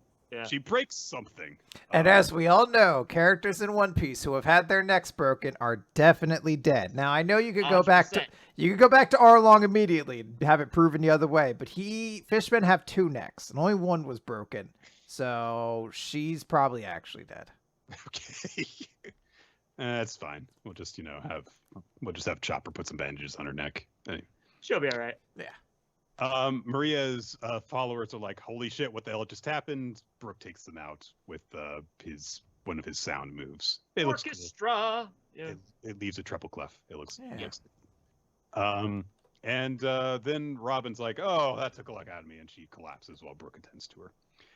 But before the end of the chapter, we see that Caribou had an important role to play after his appearance last chapter. He had a lot of food that he was hiding away, and Luffy's eating all of it now. Yep. So he'll be good. He's going to get back up on his feet. Meanwhile, Momonosuke has gone to talk with Shinobu and says, like, I need to do this. And he asks, please use your ripe jutsu to turn me into an adult. Presumably so that he will have the abilities of a bigger dragon. Yeah. So that was, I liked it. I mean, I love Robin. She's like one of my favorite characters. So like, this was an amazing chapter for me. Yeah. Yeah, her first real fight since the ever-beloved Yama and Skypiea. Yeah, first one-on-one fight since like 2004. Yeah. Oh my god. It's awesome. This, to me, reminds me a lot of when Zoro fought Kaku, in that, like, it was a really cool turnabout with the technique I did not see coming at all, and doesn't fully have an explanation to all of it. Like, I don't know if Robin can create anything. I don't know if being a demon makes her stronger. I'm just gonna say this. I did a whole video talking about all these different theories. So she turned into a devil, and they are devil fruits. Connection? I don't know. Anything's fair game at this point. I don't know. Devils and demons are distinctly different entities if you follow the Wizards of the Coast product line. Yeah, they are. Yeah. I feel like it would be a great thing to go, just show someone this one full-page spread of Robin putting Maria in the Grand Jacuzzi Clutch and ask someone, what is this manga about? and see if they get anywhere close. It's like about demons. Like, no, it's about pirates, you idiot. Is like, this a sexy monster girl wrestling match? Sometimes For that we what can chapter it was. we can say sometimes. Spider Girl versus Demon Girl. Yeah. Damn. But yeah, Yeah. Momo. I mean, this was hinted at a while now that Shinobu could do this, and so Momo's like, hey, I get like I kind of like that Momo's not like I'll become an adult, I'll instantly become brave. He's just like more practically like I need to be a big ass dragon for this to work, so turn me into an adult so I can be a big dragon to help fight Kaido. Like I can actually contribute here. So yeah. Yeah. But Shinobu does say it's not reversible, so big decision to make on Momo's part. He'll just be the same age as on his birth certificate finally. So Yeah, finally he'll be like 20. They'll probably just do the 20 years, and then it'll just be they're done. I like this chapter. A cool fight, and Robin finally got to have a cool fight. So good for her. Bam. All right, that's gonna do it. Freak Wow. It's been a, whew. That It's was a been long one. It's been a night. So I think we're gonna sign off here after we say what our favorites were this week. Favorite chapter and MVP. I'm gonna give Robin my MVP because who else would it be? I guess Bakugo had a cool scene this week. And then I'm gonna give my chapter of the week to. I'm probably gonna give it to One Piece as well. It was a really cool chapter. It's a really cool fight. I'm basic. I'm gonna go with favorite chapter's got to be Bleach. It's back after 5 years. I mean, come on. And I'm gonna go with Robin too because she's my fave. Yeah, we're all going for Robin on this because, for fuck's sake, she finally did something. Have we ever like done that for Robin in the entire? Can someone look in the archives and tell us if we've ever said Robin MVP in the entire time we've been doing that? We haven't been doing MVP on all 10 years of this show, but it's been several years. So, someone Congratulations on the 10 years, by the way. Oh, thank you. Yeah. By the way, the audience had Robin as their MVP and One Piece as their chapter of the week, but I also just want to note 2 people voted for a character MVP of Unohana is dead and never coming back. Love you guys. Thanks for not forgetting me. We had a little bit of a talk about that, and I explained to everyone I'm always right when I'm wrong. Wrap your head around that. So, but I did not mention my chapter of the week, which is actually going to be Magu. I really like the stuff that we had in that. It was a nice beach chapter that had some character featuring that I was not expecting. If Robin hadn't gotten her moment, I might have honestly given it to Rin because he actually, showed development, which was unexpected. And that's going to do it for Weekly Manga Recap. So we would like to thank all of you guys for joining us. We record the show here on Wednesdays on twitch.tv/RoloT, usually starting the recording around 7:30 Eastern time. However, sometimes things happen, like Thor decides not to let us talk about Bleach, so we need to delay stuff. If you want to stay updated on exactly when we're going to start recording the show, you can follow us on Twitter @RoloT, @NickFTime, @WMR Podcast. Or you can join our Discord server, where we also send out notification when the stream goes live. You can also participate in discussions on the chapters that we're going to recap, on the series that we are going to be taking as recommendations, such as The Way of the House Husband, which we are currently working on, in case you missed the special episode that Chris and I recorded late last week about Alice in Borderland. Be sure you go and listen to that as well. It's a good episode. I don't usually say it. Most of our episodes I think are pretty mediocre. That was a good one. I'm not sure how I feel about that sentiment. Anyway. Thanks for having me on, guys. This was a lot of fun. You can, of course, find Tekking at his Twitter handle of Tekking101 and on his YouTube channel, Tekking101. Yeah, I'm very uncreative. You're very on brand. That's the important thing. You'd feel like an idiot if your YouTube was different than your Twitter. Yeah.